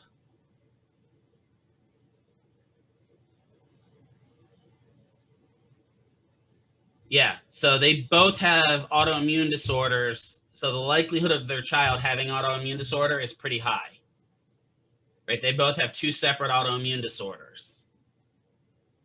And it was a rough time for them because they were not sure if they were going to carry the baby, because their thought process was, do we want to put a child to that? I don't know. It was really rough for him. I will say that the little parasite is doing very well. And he likes talking to his Uncle Keith and beating me at Forza Motorsports. He is really good at Forza Motorsports. Well, he is. I mean, kids are parasites. There's no way around it. So how do we know if we're going to have a good response or a bad response? Well, here's the good patients. If it's good, and most of the times, not always. If they're female, if they only have 1 symptom, and they have a complete recovery after exacerbation, and the onset is less than 35. If you have all those in, probably going to have good outcome from MS. Bad outcomes. Disease takes a progressive course. Male, onset after 35. Significant pyramidal and cerebellar signs at 5 years, so problems with pyramidal tracts and the cerebellum. And then high frequency of impact attacks. That's a bad sign. He has a high impact. He has relapsing remitting, but he gets attacks quite frequently, and usually the relapses don't last that long. So what do we focus on? Overaggressive PT can cause exacerbation. This is really important. Just like with ALS, we want to watch how hard we push them. Cardio is good for these patients, but if we push them too hard, it'll flare them, and they'll be out from PT for weeks. Okay, so don't let that happen, especially in a hot room. Treatment's going to be intended to provide symptomatic relief. What type of therapy do you think would be really good for these patients? A therapy that might help cool their body.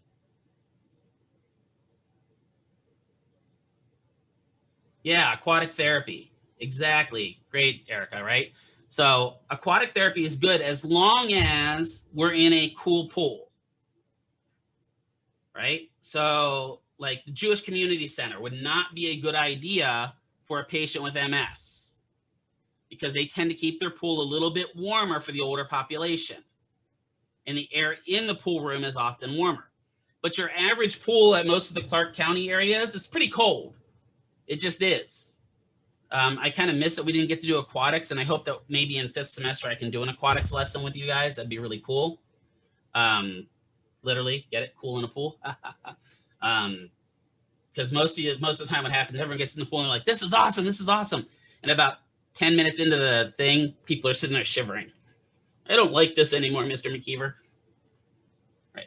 But that actually can help these patients. They have an abnormal response to heat, so the pool can really work well.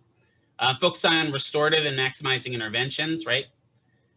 Treatment does not alter the underlying pathology of the disease, just like most of the other ones. It's going to keep going. Posture counseling is big. Providing assistive devices is big. Safety training and conservation of energy is how we're going to treat MS. Key thing here. So I want to stress this. These are not found as valid treatments, but there's a clinic here in town that says this is a valid treatment for they treat MS this way. And I won't name the clinic. I'm not going to talk about it, but they use this quite frequently. A high polyunsaturated fats diet. It's a way to cure MS. Gluten-free diet. Raw foods diet, including raw meat. Yeah, Provin. That's when we get there. That's the one I always get. Mega vitamin. I've seen this where they say that you're supposed to take 2,000% of your vitamin C dosage, and it cures MS. Right? Herbalife supplements do not cure MS, and they actually got in trouble for saying that. And there was another one of those. Have any of you seen the multi-level marketing companies that try to get you to sell the not the dietary supplements, but the workout stuff? There's all kinds of them out there. There's some that are decent, then there's some. Yeah, Beachbody might be one of them. I forget which one it was, but one of those got in trouble for selling that their pre-workout is a definite reducer in MS symptoms.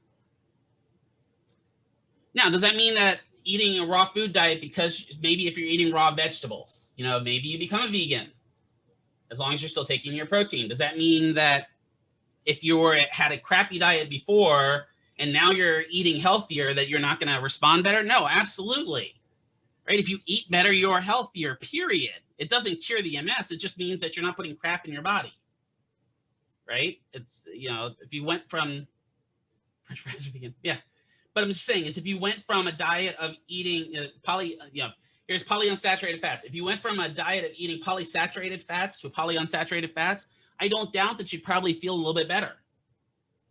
That doesn't mean that it's curing your MS, right? Hyperbaric oxygen treatment, so flooding the body with oxygen. Our president is excellent example of this. One of the things he received was steroids and hyperbaric oxygen treatments, and suddenly he feels a ton better. Well, that makes sense.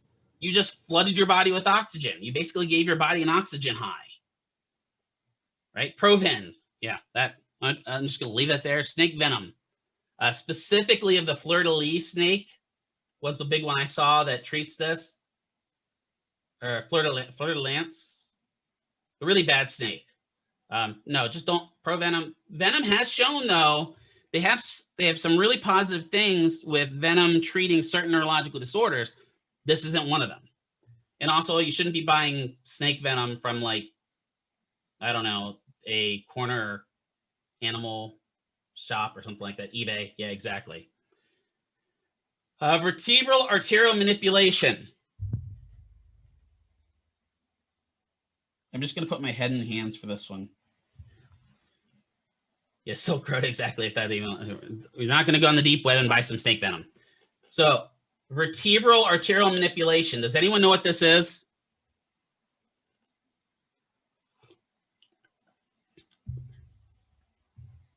This is a chiropractor thing where they say, well, when I'm pushing down your back and I'm popping your back, what I'm really doing is stretching out those vertebral arteries. And because I'm stretching out those vertebral arteries, I'm curing your disease.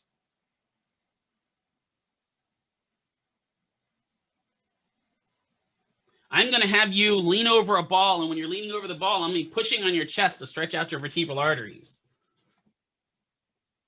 Yeah, I'm just going to shake my head and move on from that. That's just like the one chiropractor in town that says by adjusting your back, they can make you lose weight. That'd be great. Myasthenia gravis. Exactly, right, Erica? Why haven't I done this already? Myasthenia gravis is one of the lower affecting diseases, and this is one I kind of chuckle at again, I said, because I've only seen one. Have any of you seen somebody with myasthenia gravis? Because I'm curious. I'm now at 4 cohorts, and I haven't seen a single person with myasthenia gravis. Let's see if we can break that trend. Does anyone know? Never heard of it? Good. Here we are again. The last cohort that I had somebody would have been 4 cohorts ago. That's been 6. And it was only because they had a family member that experienced it. Yeah, so I'm now at 5 cohorts without it. That haven't even encountered somebody with it, right? So again, this is just one of those that the boards for some reason thinks is an important thing for you guys to know, and mainly because of the myasthenic crisis. So what do you need to know about myasthenia gravis? It is, again, it's primarily genetic predisposition. It is an acquired immunoprotein malfunction from mother to fetus. This is weird. This is one of the things you do need to know, is that it is caused by the immunoprotein, lipoprotein-related protein 4. I don't know why that's really specific like that, but I know that I've seen several questions, or heard of people having several questions on this. Don't freak out about this. If it's asking about myasthenia gravis, go down and look for the weirdest answer. Lipoprotein-related protein 4 is the immunoprotein that it's going to have. It'll have stuff like dystrophin, which is involved in muscular dystrophy, right? It'll have what other ones it'll have the ones that are affected in ALS, and it'll have the ones that are affected maybe in, it'll say dopamine, and then it'll have lipoprotein related protein 4. That's what causes it. Yes, it's an immunoprotein problem. It does not allow the body to fully process proteins. Does that make sense? Lipoprotein, protein related 4. So it's mainly the fatty proteins. Very similar, Erica, very similar to PKU. It doesn't respond the same, but very similar idea. How's that? The main organ that gets affected is the thymus. Where is your thymus at?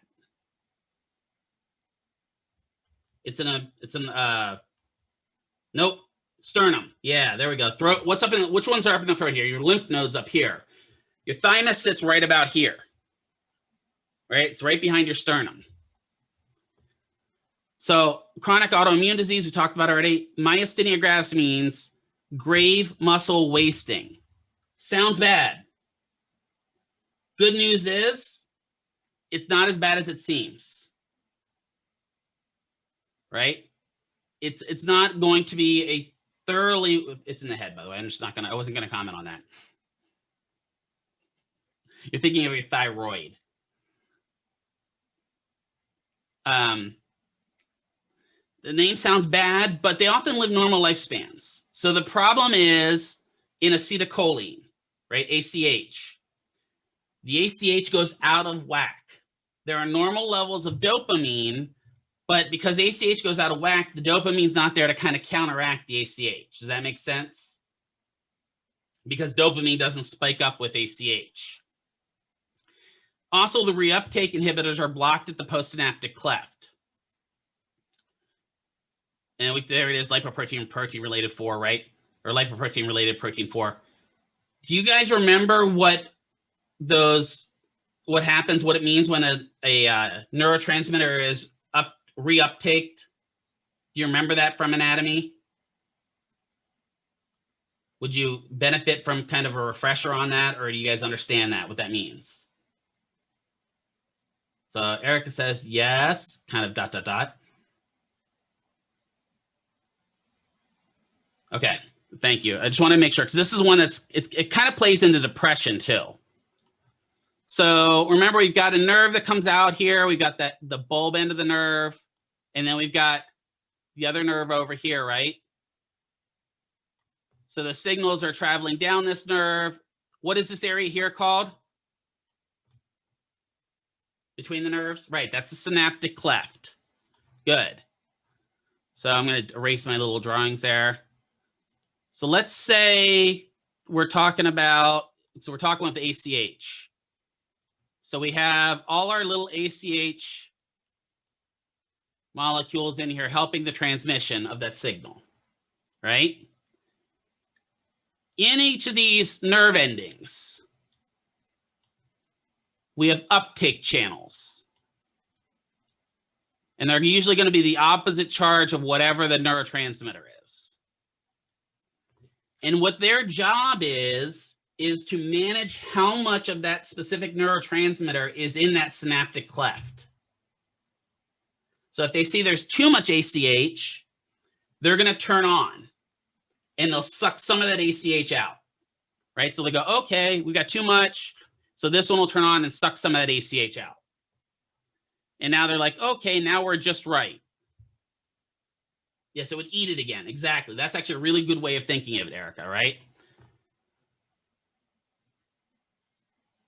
So now what happens when you have the problem with this, that the receptors aren't receiving it, is that, there it is. For whatever reason, there's little blocks on some of these uptake. And so now only maybe 1 or 2 of them work. And so now, unfortunately, you're ending up with a ton of ACH here. Bam, bam, bam, bam, bam, bam. It's just filling up that cleft. And nothing to kind of absorb it.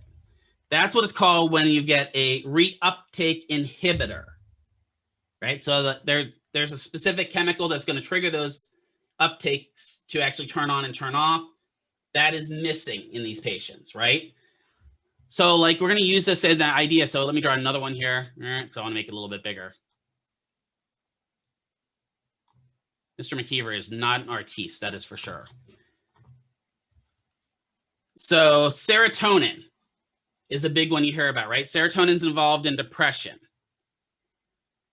So let's say we get a bunch of serotonin floating here. I don't think it's negative. We don't use that charge anyway, right? Serotonin is going to have a specific door that it can go back into to get eaten. Sometimes those doors eat too much, right? So they're like, I'm hungry. Nom, nom, nom, nom, nom, nom, nom. Oh, they ate the whole nerve there.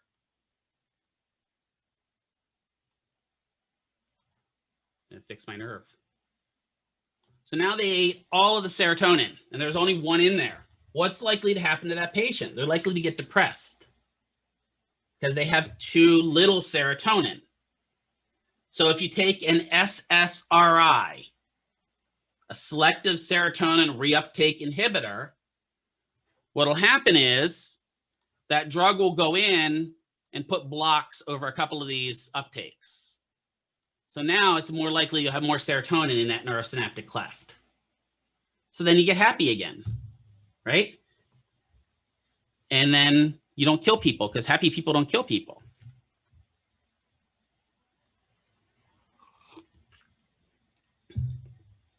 Does that make sense to everyone? Unless you're the Joker, right? Okay, cool.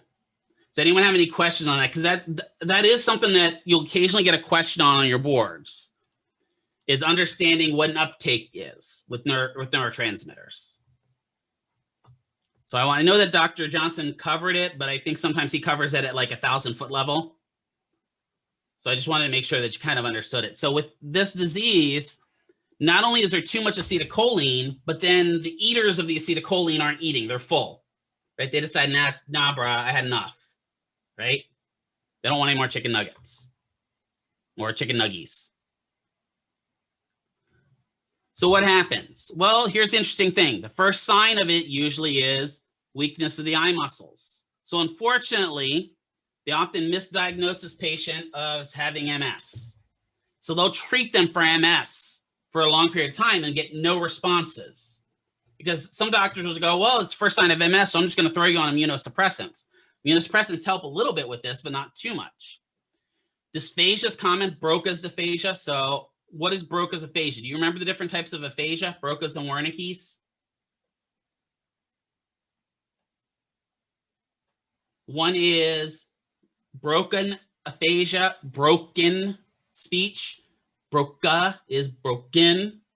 The other is fluent aphasia or receptive aphasia, Wernicke's aphasia. So these patients have problems getting words out, right? Dysarthria is a problem with the joint muscles in the jaw, Dysphonia.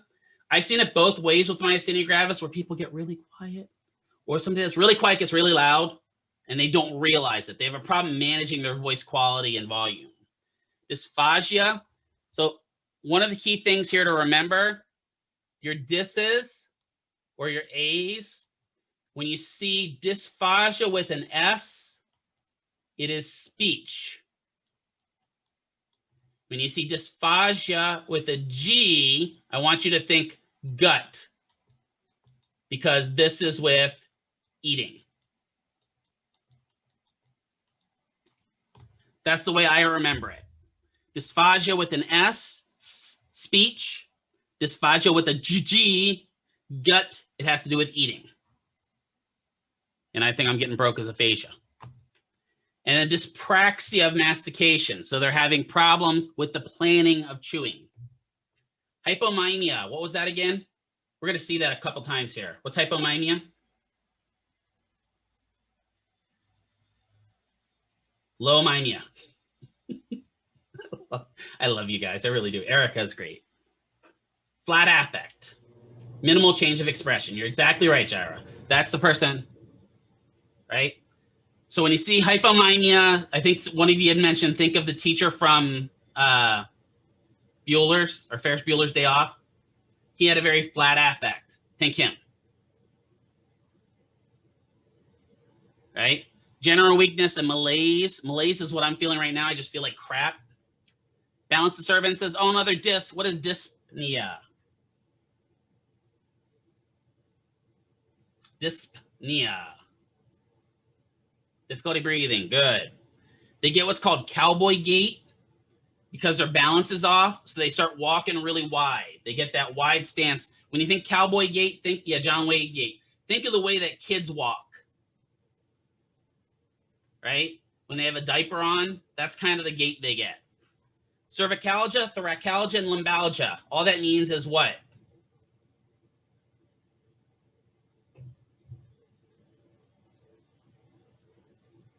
Cervicalgia, thoracolgia, and lumbalgia just means pain in the spine. Yeah, pain in the spine. So here's the thymus again. It sits anterior to the heart, behind the sternum. Starts out really large as a baby, right? And then it grows a little bit in adolescence, and then as we get older, it shrinks. There's some theories behind this, thinking that maybe this is why as we get older, we're more susceptible to disease too, because that is it's responsible for our lymphatic systems. It's gradually replaced by adipose tissue, but in myasthenia gravis, it just keeps growing. There's a problem with that. There's only so much space behind the sternum, so it can impinge on other problems. They get what's called lymphoid hyperplasia, which is swelling of that lymphatic tissue, and they get a thymoma, where they get a growth. So what do? They do a thymectomy, where they go in and physically remove the thymus, right? Or at least remove part of the thymus. We can live without it. So they'll go in and remove that. That will help some of the symptoms of myasthenia gravis. This is the key thing for your boards, is the myasthenic crisis. Myasthenic crisis is a life-threatening problem associated with myasthenia gravis. The respiratory muscles become compromised and literally shut off. So oftentimes your diaphragm will become paralyzed, and then all the accessory muscles will not expand. At that point, your patient is going to go hypoxic, right? They're going to try to breathe, and they say they can't. It requires immediate ventilator response in order to actually survive. A lot of times these patients are going to have to be bagged and tagged the whole way into the hospital, meaning that they're going to have constant pressure, somebody constantly pumping oxygen into their lungs the whole time into the hospital until they can get them on a ventilator, right? This is often triggered by bacterial viral infections, and our buddy HSV1 comes back to visit us here. Fever, or sometimes it's just an adverse reaction to medications. I've seen it where they're taking a specific medication because they've had a thymectomy to reduce the chance of infection, and they respond poorly to it, and they get a myasthenic crisis. Here's the key thing about this. If they're talking, they're going to say, your boards are going to say, you have a patient with myasthenia gravis that starts experiencing, what would your patient look like if they're going into a myasthenic crisis? What would they start complaining of?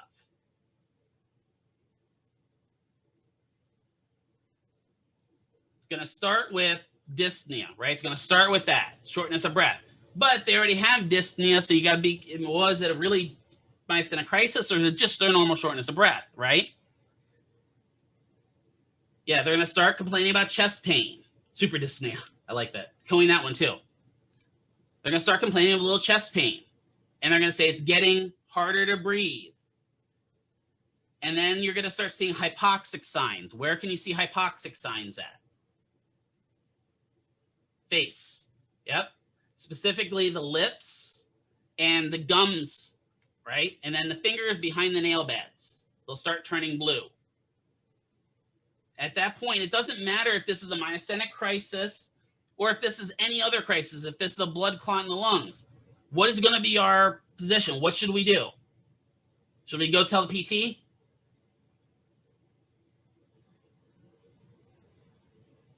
Yeah, 911. If we're in the hospital, what should we do?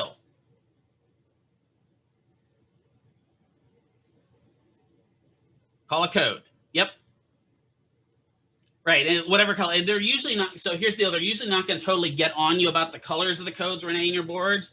It'll just be one of your answers will be call a code. In this case, doesn't matter if it's myasthenia gravis or whether it's a lung clot. Just call a code. Here's all the treatments. We have immunosuppressants, we have anticholinesterase agents, meaning tamp down that ACH.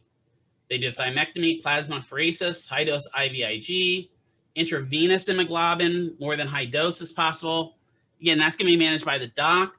All of these all of these medications are going to mess with their immune system. If they mess with their immune system, we've got to be careful being around them, right? So they may be a question on your boards is talking about your patient is on azathioprine, and it may be myasthenia gravis, it may be lupus, it may be MS, and says, currently you are experiencing a cold.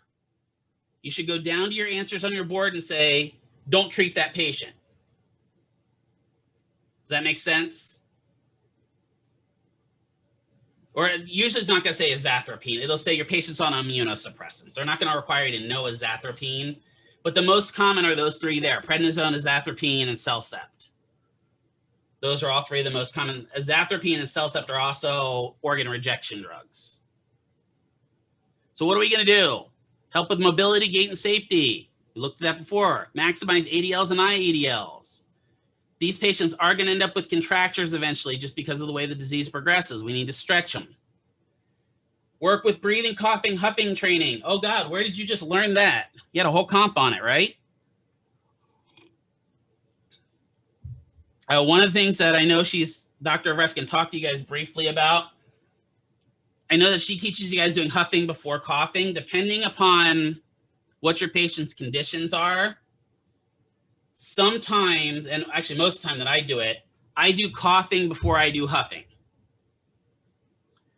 And the reason for that is coughing clears the lower parts of the lungs, whereas huffing is an upper respiratory motion.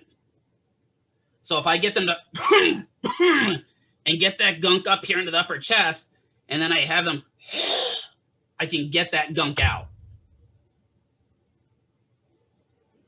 Right? So depending upon your clinic, they may do it that way. There's nothing wrong with doing it the other way either. It's just that everywhere I've worked, I do coughing before I do huffing. And we never huff paint. Medications may have side effects, patient family education, safety training, conservation of energy, all that normal stuff we talked about. The other one we will talk about with these patients is and same thing with Parkinson's, assisting in psychological adjustments. Helping them adjust to their new normal is really big. Because these patients hear myasthenia gravis, oh my God, I'm gonna die. It says grave in it. No, you're fine. You're gonna have these problems. How's that problem gonna affect you? And blah, blah, blah, and we gotta work through it. Last one for the day, Parkinson's. And this is probably the shakiest topic we're gonna talk about today.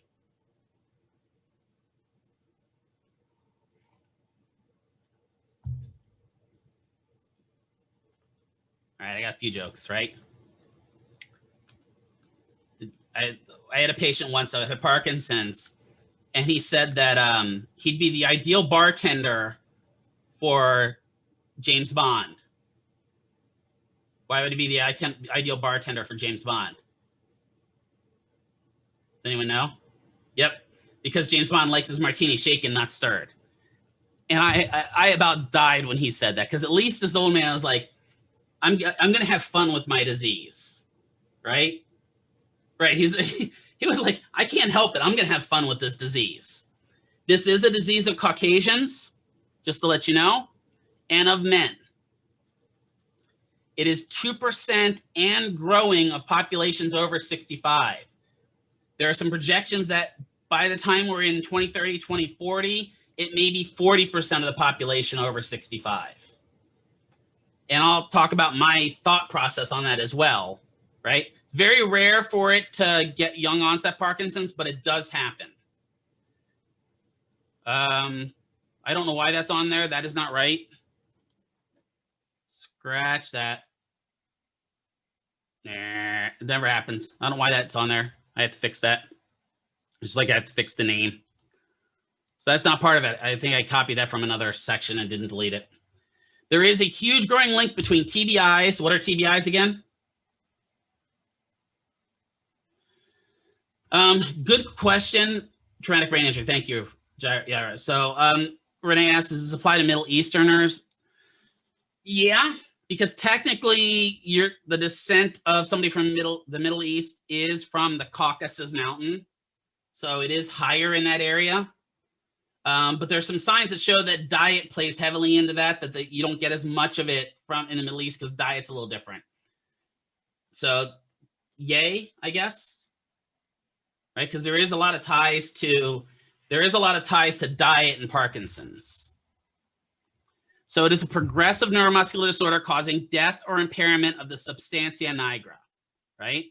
Substantia nigra is part of the mesencephalon, which is part of the basal ganglia is part of, helps regulate movement. It's Latin for black substance. As Parkinson's progresses, it loses its black color. The substance that causes that blackness is melanin, right? We know melanin causes color. Melanin is an inert byproduct of the creation. So dopamine is made in the substantia nigra. The side product that's made is melanin, right? Which is also common if you look at patients that have Parkinson's. A lot of times their skin becomes parchment-like. It becomes kind of pale and they're pale out a little bit, right? Kind of like our president looks without his orange on. Decreased dopamine causes the decrease of inhibition of excitable chemicals, which means they end up with akaesthesia, that restlessness feeling. So the two main parts of the basal ganglia are inhibitory and excitatory. So we inhibit movement, we cause movement, or the basal ganglia's point. So dopamine gets decreased, which means acetylcholine is too much, which means it looks very similar to what somebody might look with myasthenia gravis, right? So you can't counter the ACH. So you end up with decreased movement because of Parkinson's, and it's not due to weakness of the muscles, but because the muscles are overactive. So if your muscles are constantly moving and you're unstable, you're less likely to move. It can cause a patient to become akinesthetic, meaning they stop moving or get rigidity. And then eventually the muscles get so tired, they get bradykinesia, slow movement. There are also some other problems with serotonin and norepinephrine get kind of reduced as well because of this. And that makes sense because dopamine is, that hit that makes you happy. Serotonin and norepinephrine are both work in with that. And so depression comes along with this pretty heavily. The tremor is one of the most common. We're going to talk about that, but it's widely viewed as a phenomenon of the loss of that inhibitory chemical, right? So we're going to talk about a couple different types. The main thing we're going to talk about here is we're going to talk about how free radicals affect things. Free radicals are unstable and potentially dangerous, damaging molecules generated by normal chemical reactions in the body. One of the biggest free radicals in the body is oxygen, which is why a lot of times you'll hear people saying, I'm taking antioxidants. Have you ever heard or saw that on any vitamins or stuff like that? Antioxidant flavor, right? Antioxidants are nothing more than vitamins, right? So you don't necessarily need to supplement your antioxidants unless you're not eating healthy. One of the super fruits. Does anyone know what the big super fruit is for antioxidants? Pomegranate's one of them. I didn't think about that. Yeah. Berries. Berries are one of the common ones. A lot of the berries, specifically blueberries, seem to. Tomatoes too, yeah. And tomatoes also have the renin. There's one for vision as well. I forget what that one's called off the top of my head right now. But berries are really common, like especially blueberries. Hawthorn berries have shown some signs of it. Hawthorn berries aren't very tasty though, and they do have some poison in them, so don't go always eating them. Probably not a good thing. So we're going to talk about the different types. So the 4 types, you have primary or idiopathic Parkinson's, or what we traditionally call Parkinson's disease. We have secondary or sequelae Parkinson's. We have Parkinsonism, and then we have Parkinson's plus. The main one you guys are going to deal with is Parkinson's disease. The good news is the patients for all 4 of these conditions look exactly the same. Symptoms and signs all look the same. The difference is what causes it. Primary or idiopathic is just a breakdown of that substantia nigra. Secondary or sequelae is caused by some other problem, right? Whenever we talk about a sequelae condition, something else is causing it. Viruses, toxins, drugs, stuff like that. Parkinsonism is where the symptoms mimic Parkinson's, but it's caused by other neurodegenerative problems. And we'll talk about Parkinson's plus in a few seconds here. So idiopathic, most common form. It is possibly a problem with the acceleration of the aging process. It usually starts off with a slow, progressive, long subclinical period, meaning the patient may have only a small tremor for years, and it may last up to 5-10 years. I've seen it. And then all of a sudden, Parkinson's goes into a hyperdrive and just a downhill slope after that. The most common problems is postural instability and gait disturbances, right? And then tremors. And we're going to talk about the specific type of tremors for this versus MS. So sequelae Parkinson's. Sequelae Parkinson's is caused by other problems. It could be a viral insult. The influenza epidemics with encephalitis lethargica of 1917 and 1926, dealing with, you know, that specific, the influenza flu of 1917, 1926, caused a large number of viral-related Parkinson's patients. Parkinson's showed up decades later and gave rise to a theory of a slow-growing virus infection that causes substantia nigra breakdown. So we're still looking at, maybe does idiopathic Parkinson's stem from a viral insult younger in age? We don't know. Because we haven't had a reoccurrence of that influenza, the viral sequelae Parkinson's is actually going down. But again, guess what we're worried about causing a new form of Parkinson's? COVID. So, and we won't know this for decades at this point, if patients that have COVID end up with a separate form of Parkinson's later in life. So this is kind of sad. Toxins, manganese, carbon disulfide, carbon monoxide, cyanide, and methanol can lead to Parkinson's disease. Interesting thing, synthetic heroin containing MPTP, methylphenol tetrahydropropylene, because you all need to know that. What you have to know is synthetic heroin causes destruction of dopamine, right? So that means that's a really, because it's really common for them to ask you a question, which of the following can lead to sequelae or secondary Parkinson's? And if you go down, one of them will be synthetic heroin. Find synthetic heroin, answer it, move on. Oxygen is not going to cause it. That's going to cause primary Parkinson's. It won't be something like, not too many medications, like you don't get from antibiotics, stuff like that. There are specific medications that can cause it, like, you know, high dose lead medications and stuff like that, or something with powerful tranquilizers, Haldol, Pridol, right, stuff like that. Certain antidepressant drugs, long-term amitriptyline can cause it, antihypertensive drugs. So there are drugs that can cause it, but your average ordinary drugs probably not. Interesting, if you stop using the drugs or remove yourself from the toxin, oftentimes your Parkinson's gets better. So that's a good sign. Synthetic heroin is probably the one that's the downside. If you take it for a long period of time, it doesn't go away. So Parkinsonism, right? This is a disease that results from severe, frequent TBIs. It's also associated with dementia. We found out now it's not necessarily the severity of the TBI, it's the frequency of the TBI that can lead to chronic traumatic encephalopathy.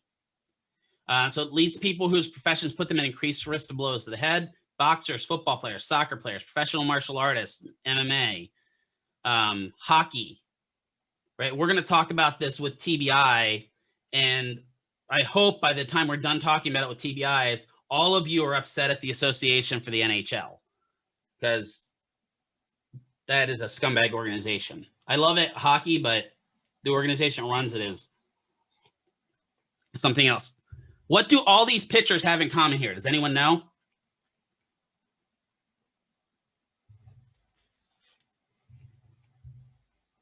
They're all boys, okay? But we've shown that Parkinson's has a high male dominance. All these people are dead. All of these people died from TBIs of some sort. Yeah. You know, so we've got Junior Seau down here, right? Junior Seau is a sad case because does anyone know what happened to him? Because he played for the Patriots and got his Super Bowl, right? Yeah, he killed himself. How did he kill himself, though? Does anyone know?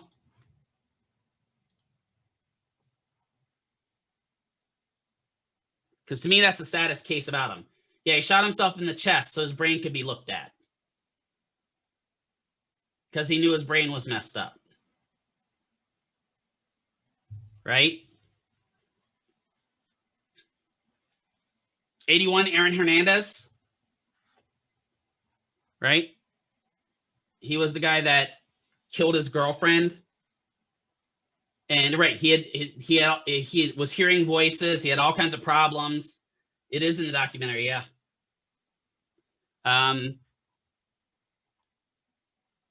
This guy over here is the guy that led to, he hung himself. You're exactly right. Or what, hung himself. We'll just go with that. This guy over here, the player for the Steelers, and Mike Walker is his name. There we go. He's the one that led the doctor to actually start researching TBIs and led to the movie Concussion. If you haven't seen it, it's actually a fantastic movie, and we'll actually save it because we may do that as an extra credit opportunity. This is Steve Montador, and I'll talk about his buddy Daniel Carcillo in a little bit when we talk about, it was with Will Smith.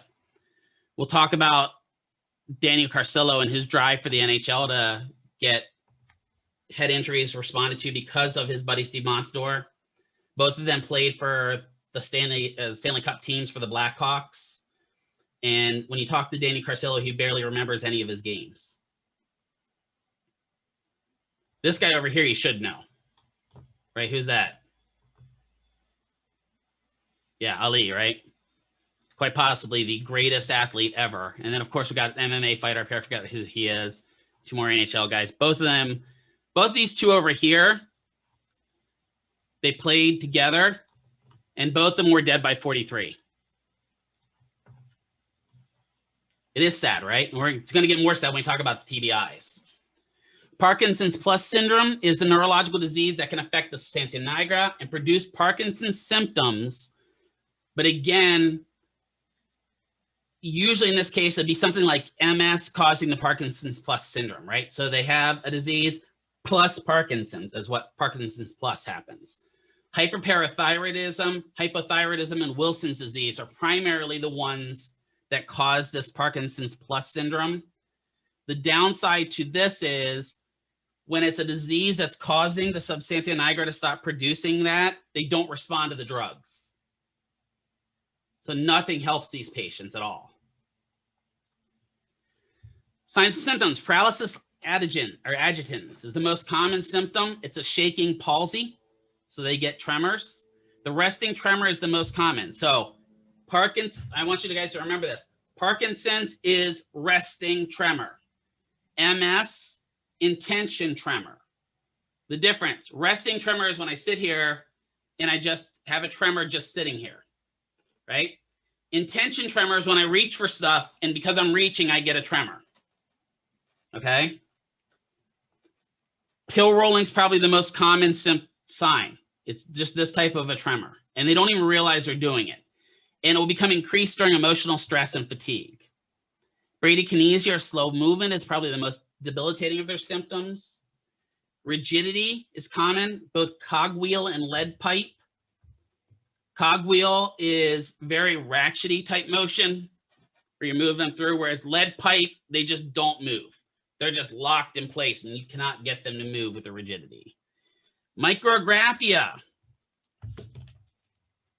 is a common symptom of Parkinson's. It's also a common symptom of multiple personality disorder, and we agree with that. Hypokinesia to the point where they stop moving, akinesia, and the patient may freeze. Speech disorders, pretty much all of them happen with patients with Parkinson's. They get a specific one called hypokinetic dysphagia, where they have slow swallowing or slow velocity of swallowing. Could that cause problems? So some of you occasionally will get hypokinetic dysphagia. I'm sure you've experienced it, where you take a swallow of something and you just feel it inching down your throat. Yeah, and it hurts, right? It's uncomfortable. That's a hypokinetic dysphagia problem. Sometimes it just happens because, right, sometimes it just happens because your throat just isn't ready for it. And it's not, doesn't know what to do, or maybe it's shut down because it's getting ready for breathing or something to that effect, right? With these patients, it's constant. Oftentimes this, because of all these speech disorders and swallowing disorders, it'll lead the patient to be selectively mute. That means they'll choose not to speak anymore. They get flexion dystonia. Right, yeah, it's right, Erica. It's sad if that happens. They have flexion dystonia, where they actually start moving into a flexed posture. They get festination of gait, right? So festination of gait is not the freezing part. The festination of gait is their feet are literally moving like this. Just up and down, up and down, up and down. But the Uncle Professor, right? The problem with that festination of gait is they don't get anywhere, right? That is because ACH is out of whack, right? So rather than taking big, long steps, they take these itsy bitsy baby steps. In their mind, they're taking big steps. It's really common for you to say, okay, take a big step, and the patient to say, I am. It's really sad because to their mind, they're taking big steps, but to you, they're taking baby steps. Baby steps, Bob, baby steps. They usually have lack of reciprocal arm swing. They have anteropropulsive and retropropulsive gait patterns, and they will freeze at changes in floor patterns. Anteropropulsive means when they're walking, they start going way forward. That means retropropulsive means what? Which way are they going to go? Backwards, right? And we know as adults, we have counter thoughts to going forward. So a lot of times when you're leaning forward, you have protection against that. But if somebody goes retropropulsive, we're not as good at that anymore. We're not kids anymore. So we don't know how to react to that. And a lot of times that leads to falls. Fatigue, obviously. Think about it. If my feet are moving like this, am I going to be tired? My feet are moving 1,000,000 miles a minute. Plus, I'm sitting there when I'm at rest, and my hands are moving, my arms are moving, I have a tremor going on. I'll be constantly tired. Cardiovascular abnormalities common, impaired sensation. And then this will lead to poverty of movement, meaning they'll stop moving. Because they can't feel, they don't want to move. Because they can't speak, they stop speaking. Cognitive changes and hypomimia are common. Dementia happens in about 40% of the case, 20 to 40%. Bradyphrenia is common, slow thought process. Short-term memory deficits happen, depression, apathy, right? Just lack of care, passivity, loss of ambition, and enthusiasm, dependency are really common. They'll often have disturbances of sleep and appetite because that resting tremor doesn't stop when you go to bed. And so then they'll end up with a dysthymic disorder, and they'll just end up with a wide range so that everything in the brain just kind of gets out of the way. They'll have anxiety and phobias. They'll also end up seeing things a lot of times, right? Parkinson's patients will see and hear people all the time. I think there's a commercial out right now about that where the guy like sees his dog split into like 6 different dogs. That's a really common Parkinson's symptom. It's really common for them to also have anxiety that leads to them seeing things that aren't there, like their significant other having affairs. You know, the significant other can be sitting there watching Jeopardy, and what they see is the significant other's having an affair. And that can lead to all kinds of problems, obviously. So no cure right now for Parkinson's. There are medications that we can give them, but the medications have a honeymoon period, meaning there's a period that they work really well, and then just like any other wedding, it eventually dies. I'm just joking. I'm kidding. That was a joke. That was a joke. Doesn't happen in every marriage, just most of them. No, I'm just joking again. I am not anti-marriage. So literally the drugs work really well at first and then slowly but surely stop working. L-DOPA was the gold standard treatment, levodopa. It's a synthetic precursor to dopamine that causes the brain to create dopamine. Carbidopa is a synthetic dopamine reuptake inhibitor that keeps the dopamine in the postsynaptic cleft. And then we have the new one, which is Sinemet. Sinemet is L-DOPA and carbidopa combined into one medication. That like makes sense to me, right? I don't know why we didn't come up with this before. Well, they were waiting to get a patent on it, right? That's why. So patients before were taking L-DOPA and carbidopa separately. Now we've got one pill. They can do dopamine agonists to cause dopamine to boost up in the blood system. We can give anti-ACH meds to slow down acetylcholine. MAOIs and MAOBs are out there as well. And then drugs to treat their anxiety and depression. That was the primary way of treating this. Their management will used to be to focus on slowing disease progression, right? High protein diets on people with Parkinson's can block the effects of L-DOPA and dopamine, right? So they recommend a high calorie, low protein diet. Also increasing fiber and water intake to overcome the side effects of medication, because most of the drugs are going to cause both constipation and frequent urination. So they do require an adequate nutritionist. The two main tests we use are the HONE-YAR and the Unified Parkinson's Disability Rating Scale, or the UPDRS. If you work in a clinic that does Parkinson's patients, you'll get familiar with this. It's just a test of their common symptoms. It'll ask about their, their pill rolling. It'll ask about their freezing of movements. And it's just basically a test to get on and see how severe their Parkinson's is, which helps us determine how much they need help with. SLP can help with their speech problems. The new kind of gold standard going forward is brain stimulation.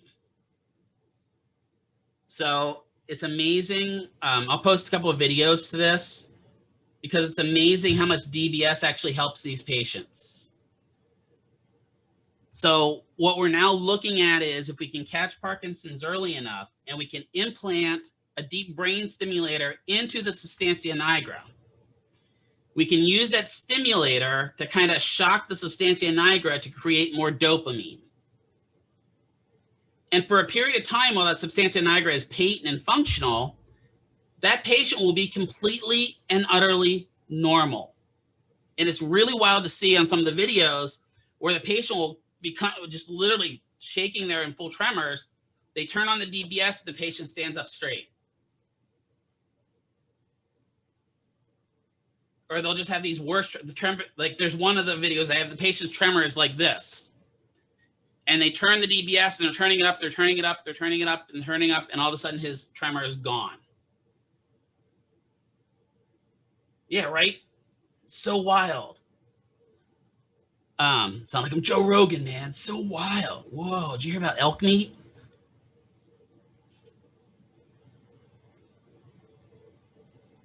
Jamie, pull that up. Yeah, man. Elk meat helps with Parkinson's. Anyway. So what we're now looking at is, well, can we do DBS early? Because eventually the substantia nigra is going to fail. It sounds just like, I don't know if that's a compliment or what it is. And the sad part is some of you guys know who Joe Rogan is. That's even worse, I think. Whoa. Anyway, so if we can do DBS early, what we can do, yeah, DMT, man, is we can put off giving patients the actual medications for Parkinson's, which means maybe if we catch it when they're 55, we get the deep brain stimulator put in, and these things can last about 10 to 12 years. So now at 55, I get the DBS put in. And so now I get, say I get 10 years out of it. Now I'm 65. Now I can start the medications. The medications can last 5 to 10 years. So now I can get up to 75. And so it's not till later in life that I actually start experiencing the really, really bad symptoms from this. That is a huge move forward in Parkinson's, right? Unfortunately, the case like Junior Seau. Junior Seau finished football. I think he was 35 when he finished football. Don't quote me on that, but I'm pretty sure he was 35. 1 year out of football, he was having full-blown Parkinson's symptoms. Like full-blown advanced, he did kill himself, right? Full-blown advanced Parkinson's syndromes. Right? So that's how bad these TBIs can cause that Parkinsonism. Neuroablative surgery. We can actually go in and do burns of different parts of the brain and surgically lesion off parts of the brain to allow Parkinson's to be lessened. Again, the problem with that, anytime that we burn off a nerve, it typically doesn't grow back.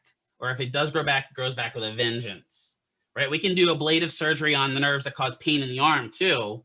But a lot of times when that ablative surgery kind of wears off and the nerve starts growing back, that pain comes back more angry. So same problem here is we're seeing that patients get neuroablative surgery. It helps them quite a bit when they have that surgery, but then their Parkinson's comes back with a vengeance.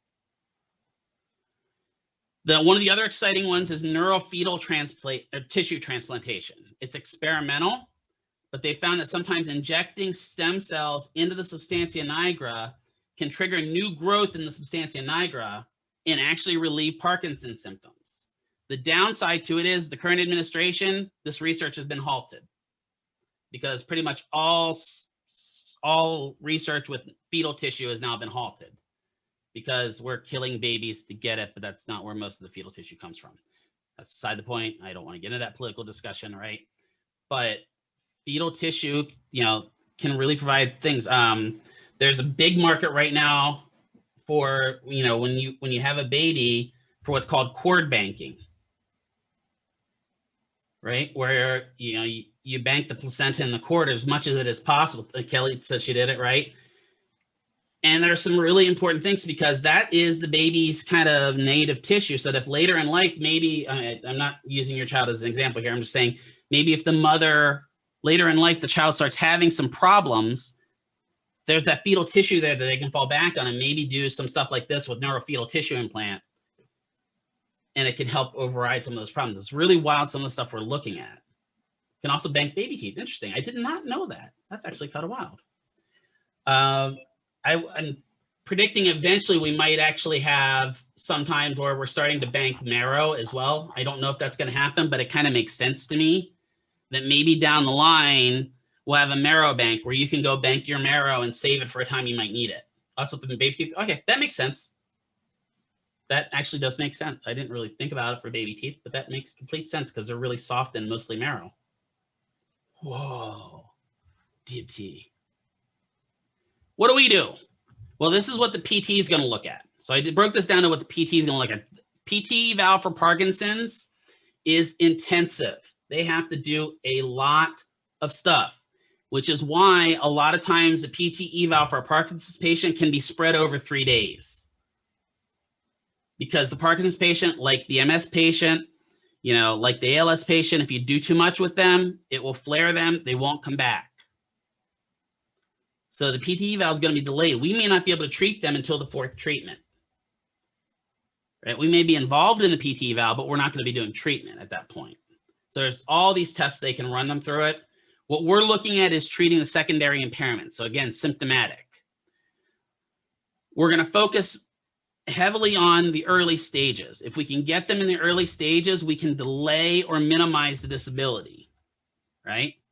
Institute exercises early as possible. A short, concise exercise program is best because if we can compress the exercise program, make it as effective and as short as possible, it doesn't lead them to fatigue. We used to think these patients can't do cardiovascular training, that we can't do anything really stressful to them. Our exercise programs used to be chair exercises and stuff like that with them. Dr. Landers at UNLV did an interesting research on this, where he ran patients through a basic Parkinson's program and put another group of patients through an aggressive cardio program that was short and intense. And what he found was the patients that did those short, intense cardio programs got better faster than the people with traditional PT. So we know that they're not necessarily negatively affected by cardio, but if they have gait problems and gait disturbances and everything else like that, it may be more difficult to treat these patients. Relaxation exercises are common. PNF, rhythmic initiation, slow reversals, alternating isos, and rhythmic stave are all common with these patients. Hook lying with counter rotation of the pelvis and the shoulder girdles helps out with overall calming of the actual tremors in that. We found that out because it kind of stretches the nerves out. Cognitive and meditation techniques are good. Deep breathing, rocking in a chair, stress management, balance training. The main thing with these patients is external cueing is huge. Their internal cues are off. So we need to provide them with external cueing. Verbal cueing can be great, but I found music works fantastic with patients with Parkinson's. And when I say music, I'm talking about a music with a steady beat, right? Slipknot may not be the best idea for a patient with Parkinson's, right? The beat's a little too fast for them. But But something with the simple 1-2 beat is really good because it gets them to stay in tune with the beat, right?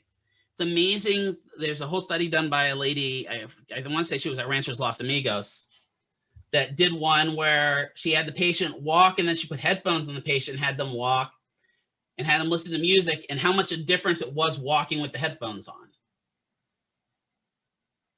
It's just wild the way it's clapping, creating a constant sound for them, metronomes, giving them floor marks. I like to put my foot out in front of them and say, step on my foot, step on my foot, step on my foot, so they have a visual cue where they need to go.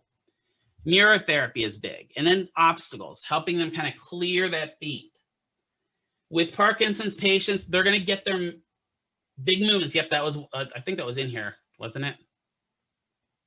Large amplitude movements. Yeah, back here on the eval, teaching them to do large amplitude movements.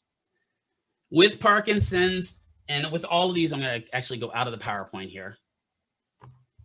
With all of these diseases, the medications are typically going to be morning medications, right? I had to figure out where it was too, don't feel bad. So all of these medications are typically going to be morning medications. What does that mean? That means their function level is going to be better in the morning. Almost all of the medications, whether it's for MS, myasthenia gravis, Parkinson's, patients are going to take it in the morning. So that means within about 90 minutes of that, the medication is starting to kick in. So if you have a patient in the hospital that's Parkinson's, they should be seen before noon, unless we want to see how bad their effect is later in the day. This is where your case management kind of comes into play as a clinician, because you need to be looking at your caseload. You know, when you get your patients, you're going to see most hospitals, I mean, all the hospitals I've been in give out little cards with the patient's information on it. So we know you're going to see these patients, you're going to see that patients, or maybe the electronic health record will assign patients to you. You need to look at your caseload early in the morning and go, oh, I've got Mrs. Johnson and Mr. Jones. They're both Parkinson's patients. I need to go see them early. And maybe you've got somebody that's got the flu. Put them off to later in the afternoon. You have to kind of manage your caseload with all of these patients. The neurological patients are going to do better in the morning, kind of wean towards the end of the day. MS, same thing. They're going to be tired towards the end of the day. You're going to get a lot more refusals. And you're going to find that refusals aren't good. The more refusal you get, the less hours you may get, especially if you're PRN. The less refusals you get, the more hours you'll get. So don't let something like that cause you where you go to see, you're like, oh, I've got a Parkinson's patient. I'll see them at 5 o'clock at night. And by then the patient's wasted and you got to see them. They're like, no. Right? Same thing if you're planning, if your clinic plans Parkinson's classes, you should plan them in the morning. A lot of clinics will run specific Parkinson's classes over lunch. And they're not billing them as PT treatments. They're just Parkinson's exercise classes. So 20 or 30 Parkinson's patients come in and they all work together. There's something to be said about being in a clinic with people that have similar problems. Hold on here. I just saw a chat come up in it. There it goes. Normally I see I get frustrated whenever she gets denied by a patient. Yeah, exactly. So Irene's like, no wonder my CI gets frustrated whenever we get denied by a patient. Because that can affect things. That affects your productivity, number one. And your productivity can affect your raises and how many hours you get. In the outpatient world, sometimes if your patients cancel appointments, they may send you home for that hour. One of the clinics I worked at before, I came back from lunch and 3 patients in a row canceled. So boom, boom, boom. So 1 o'clock, 2 o'clock, 3 o'clock. They made me clock out for those 3 hours. And then I had to come back at 4 o'clock. Then I had a 4, 5, and 6. So that can happen. Refusals are bad. It's bad for the patient, really, right? And it's kind of funny because what's the reason most patients are going to cancel? Does anyone know?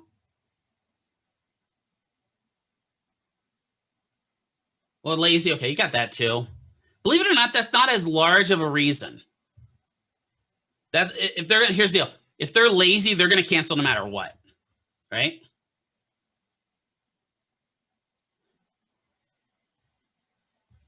Yeah, they can't get their pain, right? Pain's a lot of the reasons cancellations happen, which is ironic because that's why they're in PT. Sometimes we're reminding patients that going, hey, I know you're in pain. Come in. Let me see if I can help you with it. Wouldn't you rather be out of pain than not? And those are the times you have to kind of dial back your exercise load, right? Don't totally freak them out. Yet, personal injury is a little different, Jaira. You're exactly right. Were you at Lions Physical Therapy? Yeah. Personal injury is a little different. It's its own beast. I could go into that for a whole while. Personal injury is its own world. John Lyons is he's fantastic. He's one of our advisory board members. I like him a lot too. He's hired a lot of our students.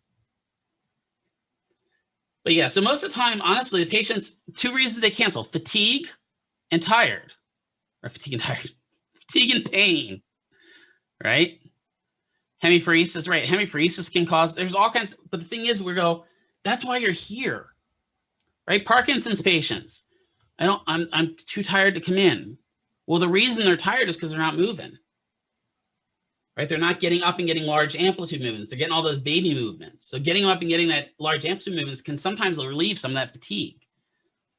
So this is why, getting these patients scheduled properly is important.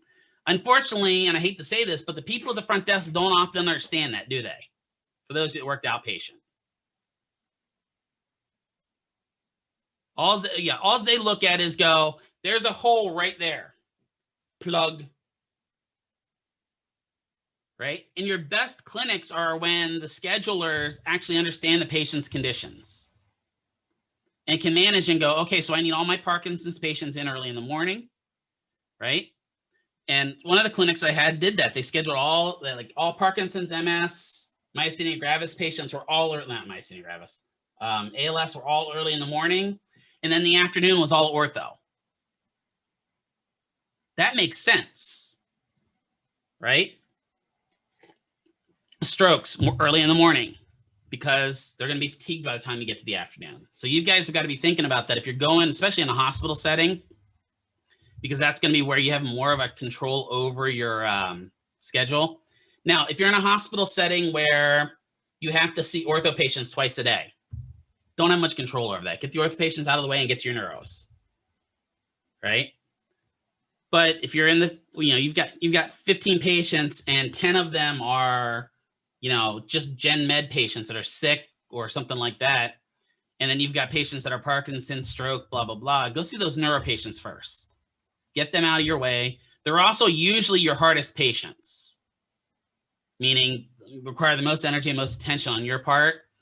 So that's why if you have like a stroke and you see them at 5 o'clock, you're likely to have falls because by that time your brain's fried, right? So you got to think about scheduling your patients.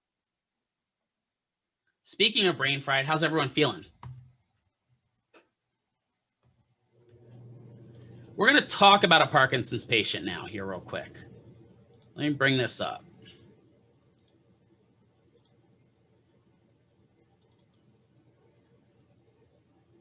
I've got a patient scenario here just for this. Let me find it. Honestly, it's patient 3. And all these patient scenarios we made available today for you guys to kind of look at. So we're going to talk through some of them. We're going to spend about 20 minutes talking through this. There we go. Let me bring this up. So I'm going to bring this over here. And we're going to go Zoom meeting and share screen.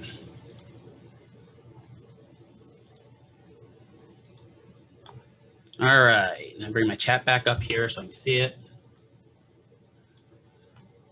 All right, so I'm going to make this a little bit bigger so that you guys can see a little bit better. No, I don't want to do that. I just want to bring it bigger. All right, can everyone see the document? So I got it back up. Okay, so we have Francisco Ramon here. He likes to go by Cisco. He's a 73-year-old male with advanced Parkinson's. He's now in a SNF for functional training. Okay, possible long-term placement. So his active concerns right now, he's got heavy incidence of resting tremor in both of his upper extremities with moderate postural tremor of the head. So he's got some pretty bad resting tremor in both of his arms, and he's got a little bit of a tic probably going on with his head. Reduced gait functionality, generalized weakness. He's a high fall risk with a high history of falls, and he's got poor compliance with meds. Almost always, you're going to see that on a chart. Patient has poor compliance with meds. No one wants to take their meds. Just the way it is. They don't want to take them, right? Even you guys, think about it. When you have meds, you don't want to take them. So we know, and when you're looking at the chart, those active concerns are the things we're looking at. What's causing them to be here today? PMH means what? What does PMH mean? Past medical history. Thank you. Good, Sakana. So he's past medical history here. He's got several previous incidents of falls. So we know, if nothing else, what are we going to have to use with this patient? Gait belts. Good. He's got HTN, CHF, and DM2. HTN means he's got what?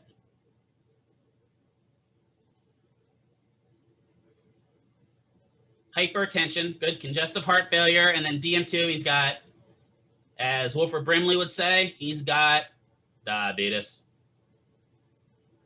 All right. So knowing that, so looking at those three conditions, what else are you going to want to get on this patient as soon as you go see him? Yeah, vitals. Vitals are going to be key. Vitals are going to be vital to this patient, right? You're going to monitor the vitals the whole treatment. Blood sugar, are you going to check that for the patient? No, but who could you check with? Nursing, right? Or just look at this chart. It'll usually say, or check with him, right? When was your last blood sugar taken? Oh, it was 320 minutes ago. What? Right? So you don't have to test it. You may get him his kit. If he wants to check his blood sugar before therapy, sure, hand him his kit. Maybe he can't reach it, right? So social history, this kind of tells us about our patient here. So the patient resides currently at home, alone, in an ALF. So he eats cats. I'm just kidding. No one remembers ALF? ALF was great. ALF is an assisted living facility, right? Single floor apartment complex. Patient was previously a professor of physics at a local industry and is now retired. Okay, knowing that, what does that tell you? So you see how I'm starting to get little nuggets as we go down. He's smart. He's got his, cognitively, at least he was there, right? Patient has no nearby living relatives, friends, or family, and usually spends his day in his study reading books. So is that a safety concern for him going home? Yeah, so we got some safety concerns.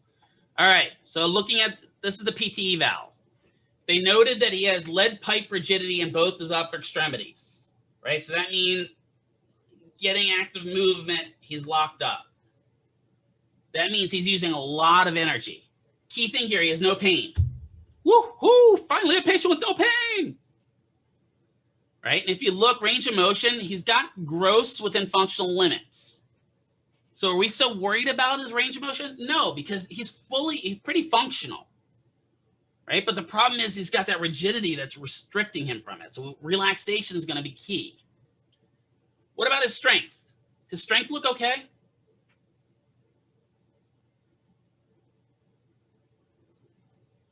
What do you think about his strength? Yeah, strength is okay. We know he's pretty okay. There's a good way to put it in. We know he's got anti-gravity. At least we know that. He may not be, super, buff like the Hulk, but he's got some strength there. So overall, looking at this patient, we're like, okay, this is not horrible. He's got some strength. He's got range of motion. Okay. Now we're going to look at his transfers and bed mobility. Bed mobility in supine requires min assist occasionally mod assist for sheet location. So sometimes he slides around in his bed. He might need a little help moving up in bed. That's most old people,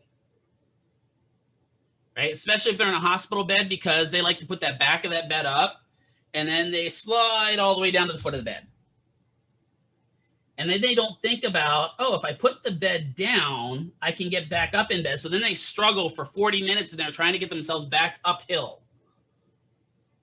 right? Has anyone ever seen, did any of you see that in the hospital? Like where you have little old Millie and you put her in bed fine and you go by like 30 minutes later and she's like all curled up in fetal position at the bottom of the bed because she slid all the way down there, right? That happens. So he needs a little bit of help. I mean, min assist, not bad. Mod assist probably when he gets tired, right? Supine to sit, min A, with heavy verbal cueing. What do you think we need to give him verbal cueing for? Elevate feet works well. Exactly, Kaylee. What do you think's happening when he's trying to move?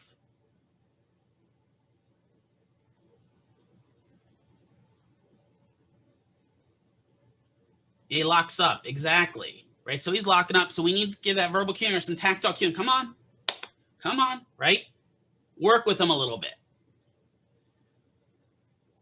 Overall, not bad, right? Function, seated edge of the bed requires mod assist for neutral midline, right? So static seated edge of bed. That means he's sitting at the edge of the bed with no movement. He's a mod assist. Are we ever going to leave this patient alone at the edge of the bed? No, right? So here's the thing.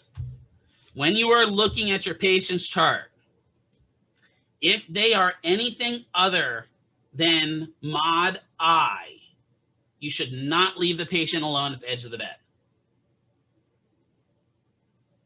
If they're even supervision, don't leave them alone sitting at the edge of the bed, because that is just a recipe for a fall. So dynamic seated edge of bed requires mod assist as well.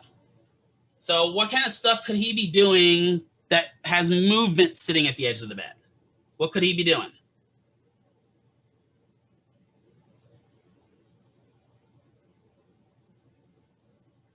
So I'm now sitting at the edge of the bed and you're working with me. What about ADLs? Could that be considered dynamic edge of bed sitting activities?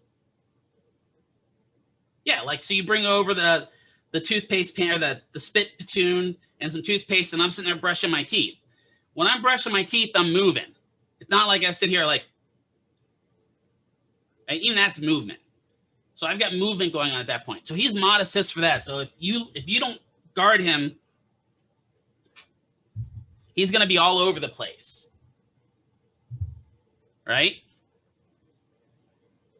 So again, main thing, this patient, do not leave him at the edge of the bed. If you have to go get something, what should you do?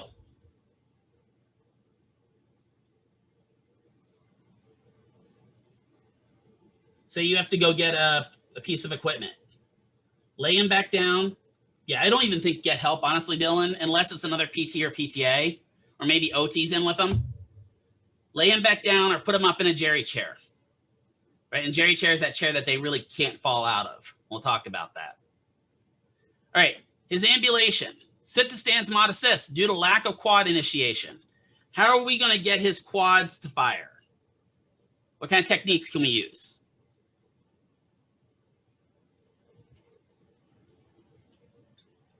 So I'm trying to stand up, but this is kind of what he's going to look like.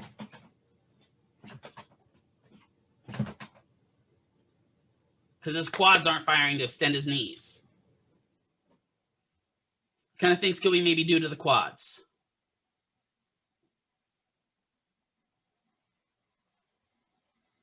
Could you Russian? Okay. Yeah, we could. Absolutely. Especially if we have a targeted Russian where, we've got, because there are some Russians that you can press a button and it causes them to fire. Absolutely, we could do that. Can also do tapping. A tapping like this. Yeah, tactile cueing. A tapping like that on those quads. What it does is it gives him a cue that they need to fire. So tapping the whole way through, right? So I've got one hand on the gate belt. I'm kind of tap and tap, tap, tap, tap, tap. Let's stand up. Let's stand up. Right? Trying to get him to stand up. Alternatively, you may play some ludicrous because some of the beats of ludicrous are good for getting the patient to move. Exactly. Stand up. See? You know where I was going with that. So, he's rough. So you get me up, right? I'm up. I'm able to stand up here statically for about 5 minutes or greater than 5 minutes, right? but I fatigue. And I'm in assist when I'm standing up. So I may be a little bit off, a little bit off kilter when I'm standing. Dynamic standing requires mod assist and can't perform for much more than 30 seconds. So anything involving reaching, moving, anything like that in standing, whoo-wee, I'm a rough. Right? So now, are we going to walk this patient without an assistive device? No. That's a recipe for disaster.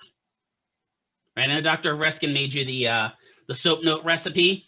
Well, that would be a different type of recipe. That's going to be a recipe for a fall. All right, before we go any further, I'm scrolling into this because I've got this and you guys don't. What assistive device do we want to use?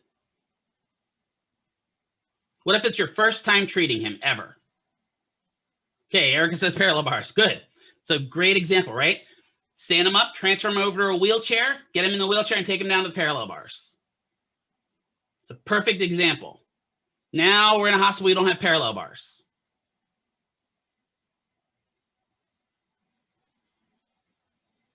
Okay, we could use front-wheeled walker. I'd be a little worried about that at first, especially with just standing. I may just get a what type of walker?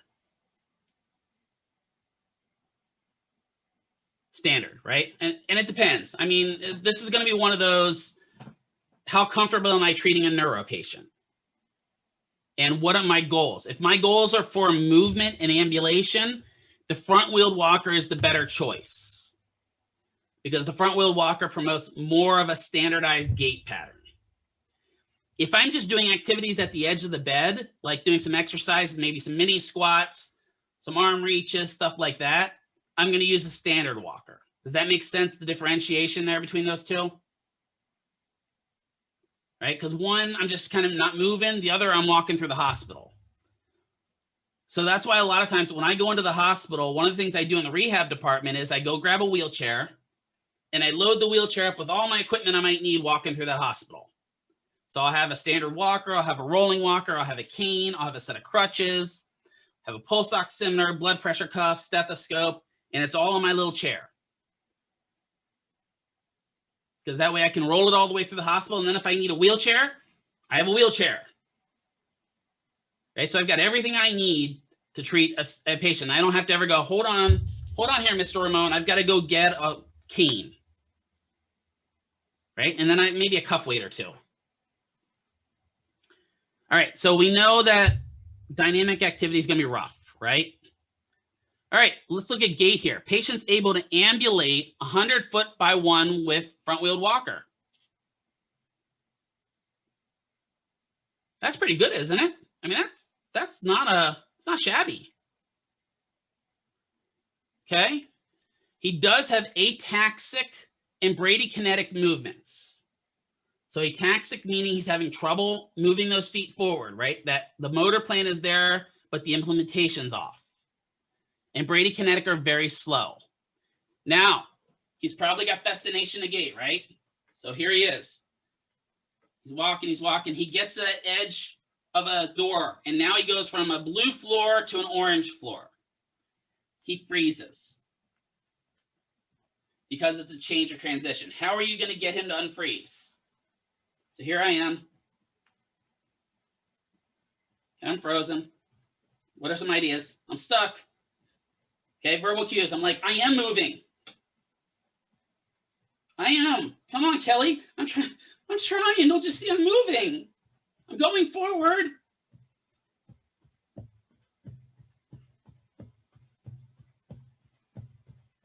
Okay, you could maybe give me a little bit of push. Just watch if I have anterior propulsion, right? Because that could be bad. Could you give me a target? There you go, right? So now you're sitting beside me, right? And you're like, okay, move that left foot up to my left foot. Yeah, walk to the drinking fountain. Now he stops staring at the floor, stares at the drinking fountain. Now he's not paying attention to the transition.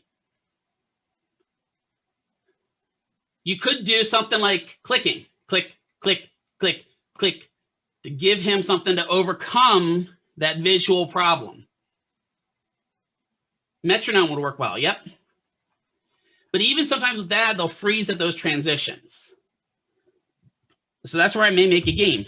I've done it before where if I've got a patient in the hospital for a long period of time or a sniff, I make a little footprint with tape outside their door. Because I know they're going to freeze at that doorway. So we get to that doorway, he starts freezing, step on that footprint. It gives them a target, they go by it, and they unfreeze. Something as simple as that is just amazing. Getting rid of that stuff at their home would be a big deal. So here's his goal, a Berg balance scale of 38. We're going to talk about Berg balance in a little bit here with vestibular. But here's the deal with Berg balance. The lower the score, the worse he is. Did anyone deal with Berg while they were on their clinicals?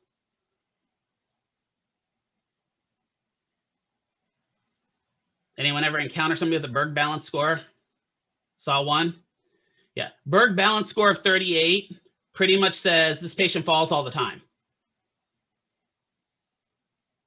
That should be a red flag to you, right?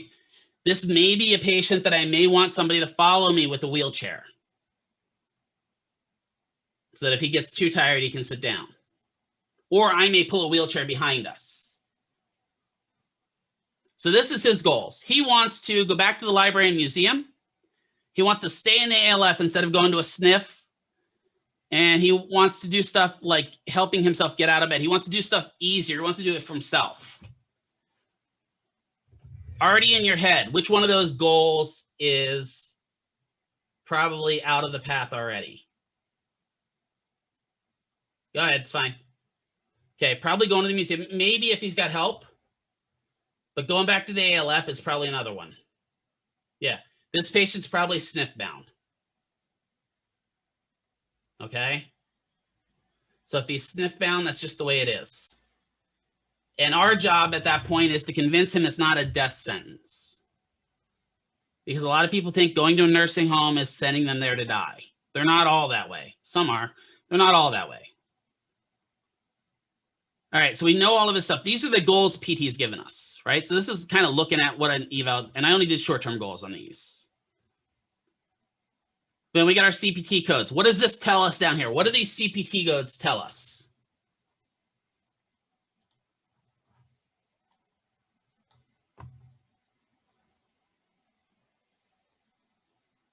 Do you guys know what CPT codes are? Yeah, what to work with the patient. This tells us what we're allowed to do. Right? So these are all the codes of the different billing we can do. Right? So we've got 9711, which is our common one, which is TheraX. We've got manual therapy. We've got therapeutic activities. We got some modalities there. So these CPT codes tell us what we're allowed to do with the patient. They're going to be set by the PT. So if you have a CPT, if you look at your authorized CPT code and you don't have modalities, can I do ultrasound with him? No, I can't even do an ice pack. Right? So maybe let's say you're working with Ramon here or Cisco and you're like, man, you know what? A hot pack on his back before I get him up would probably help him with some of his mobility. You're like thinking in your head, that would really kind of make, maybe stop by 20 minutes before you're ready to treat him, set him on a hot pack, and then come treat him. You're thinking, that's going to work out well. What do we need to do as PTAs? Yeah, go to the PT. Say, hey, I have this idea. Check the code first of all. If it's there, great, go with it. If not, you go, man.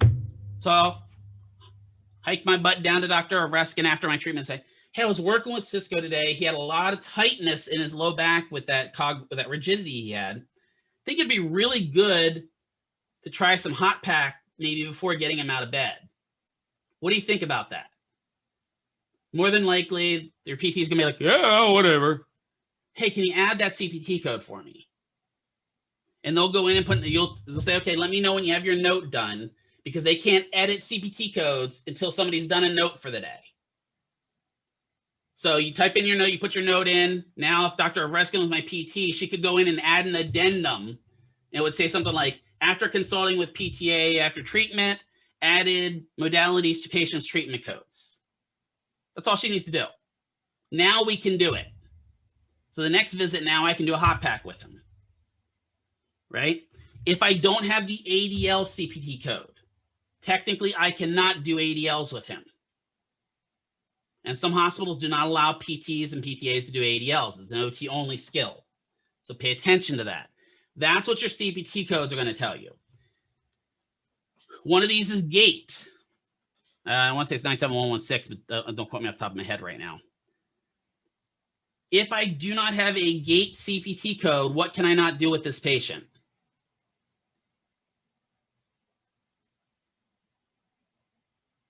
I can't do what? Can't walk the patient. Yeah, I can't do any gait training at all. Right?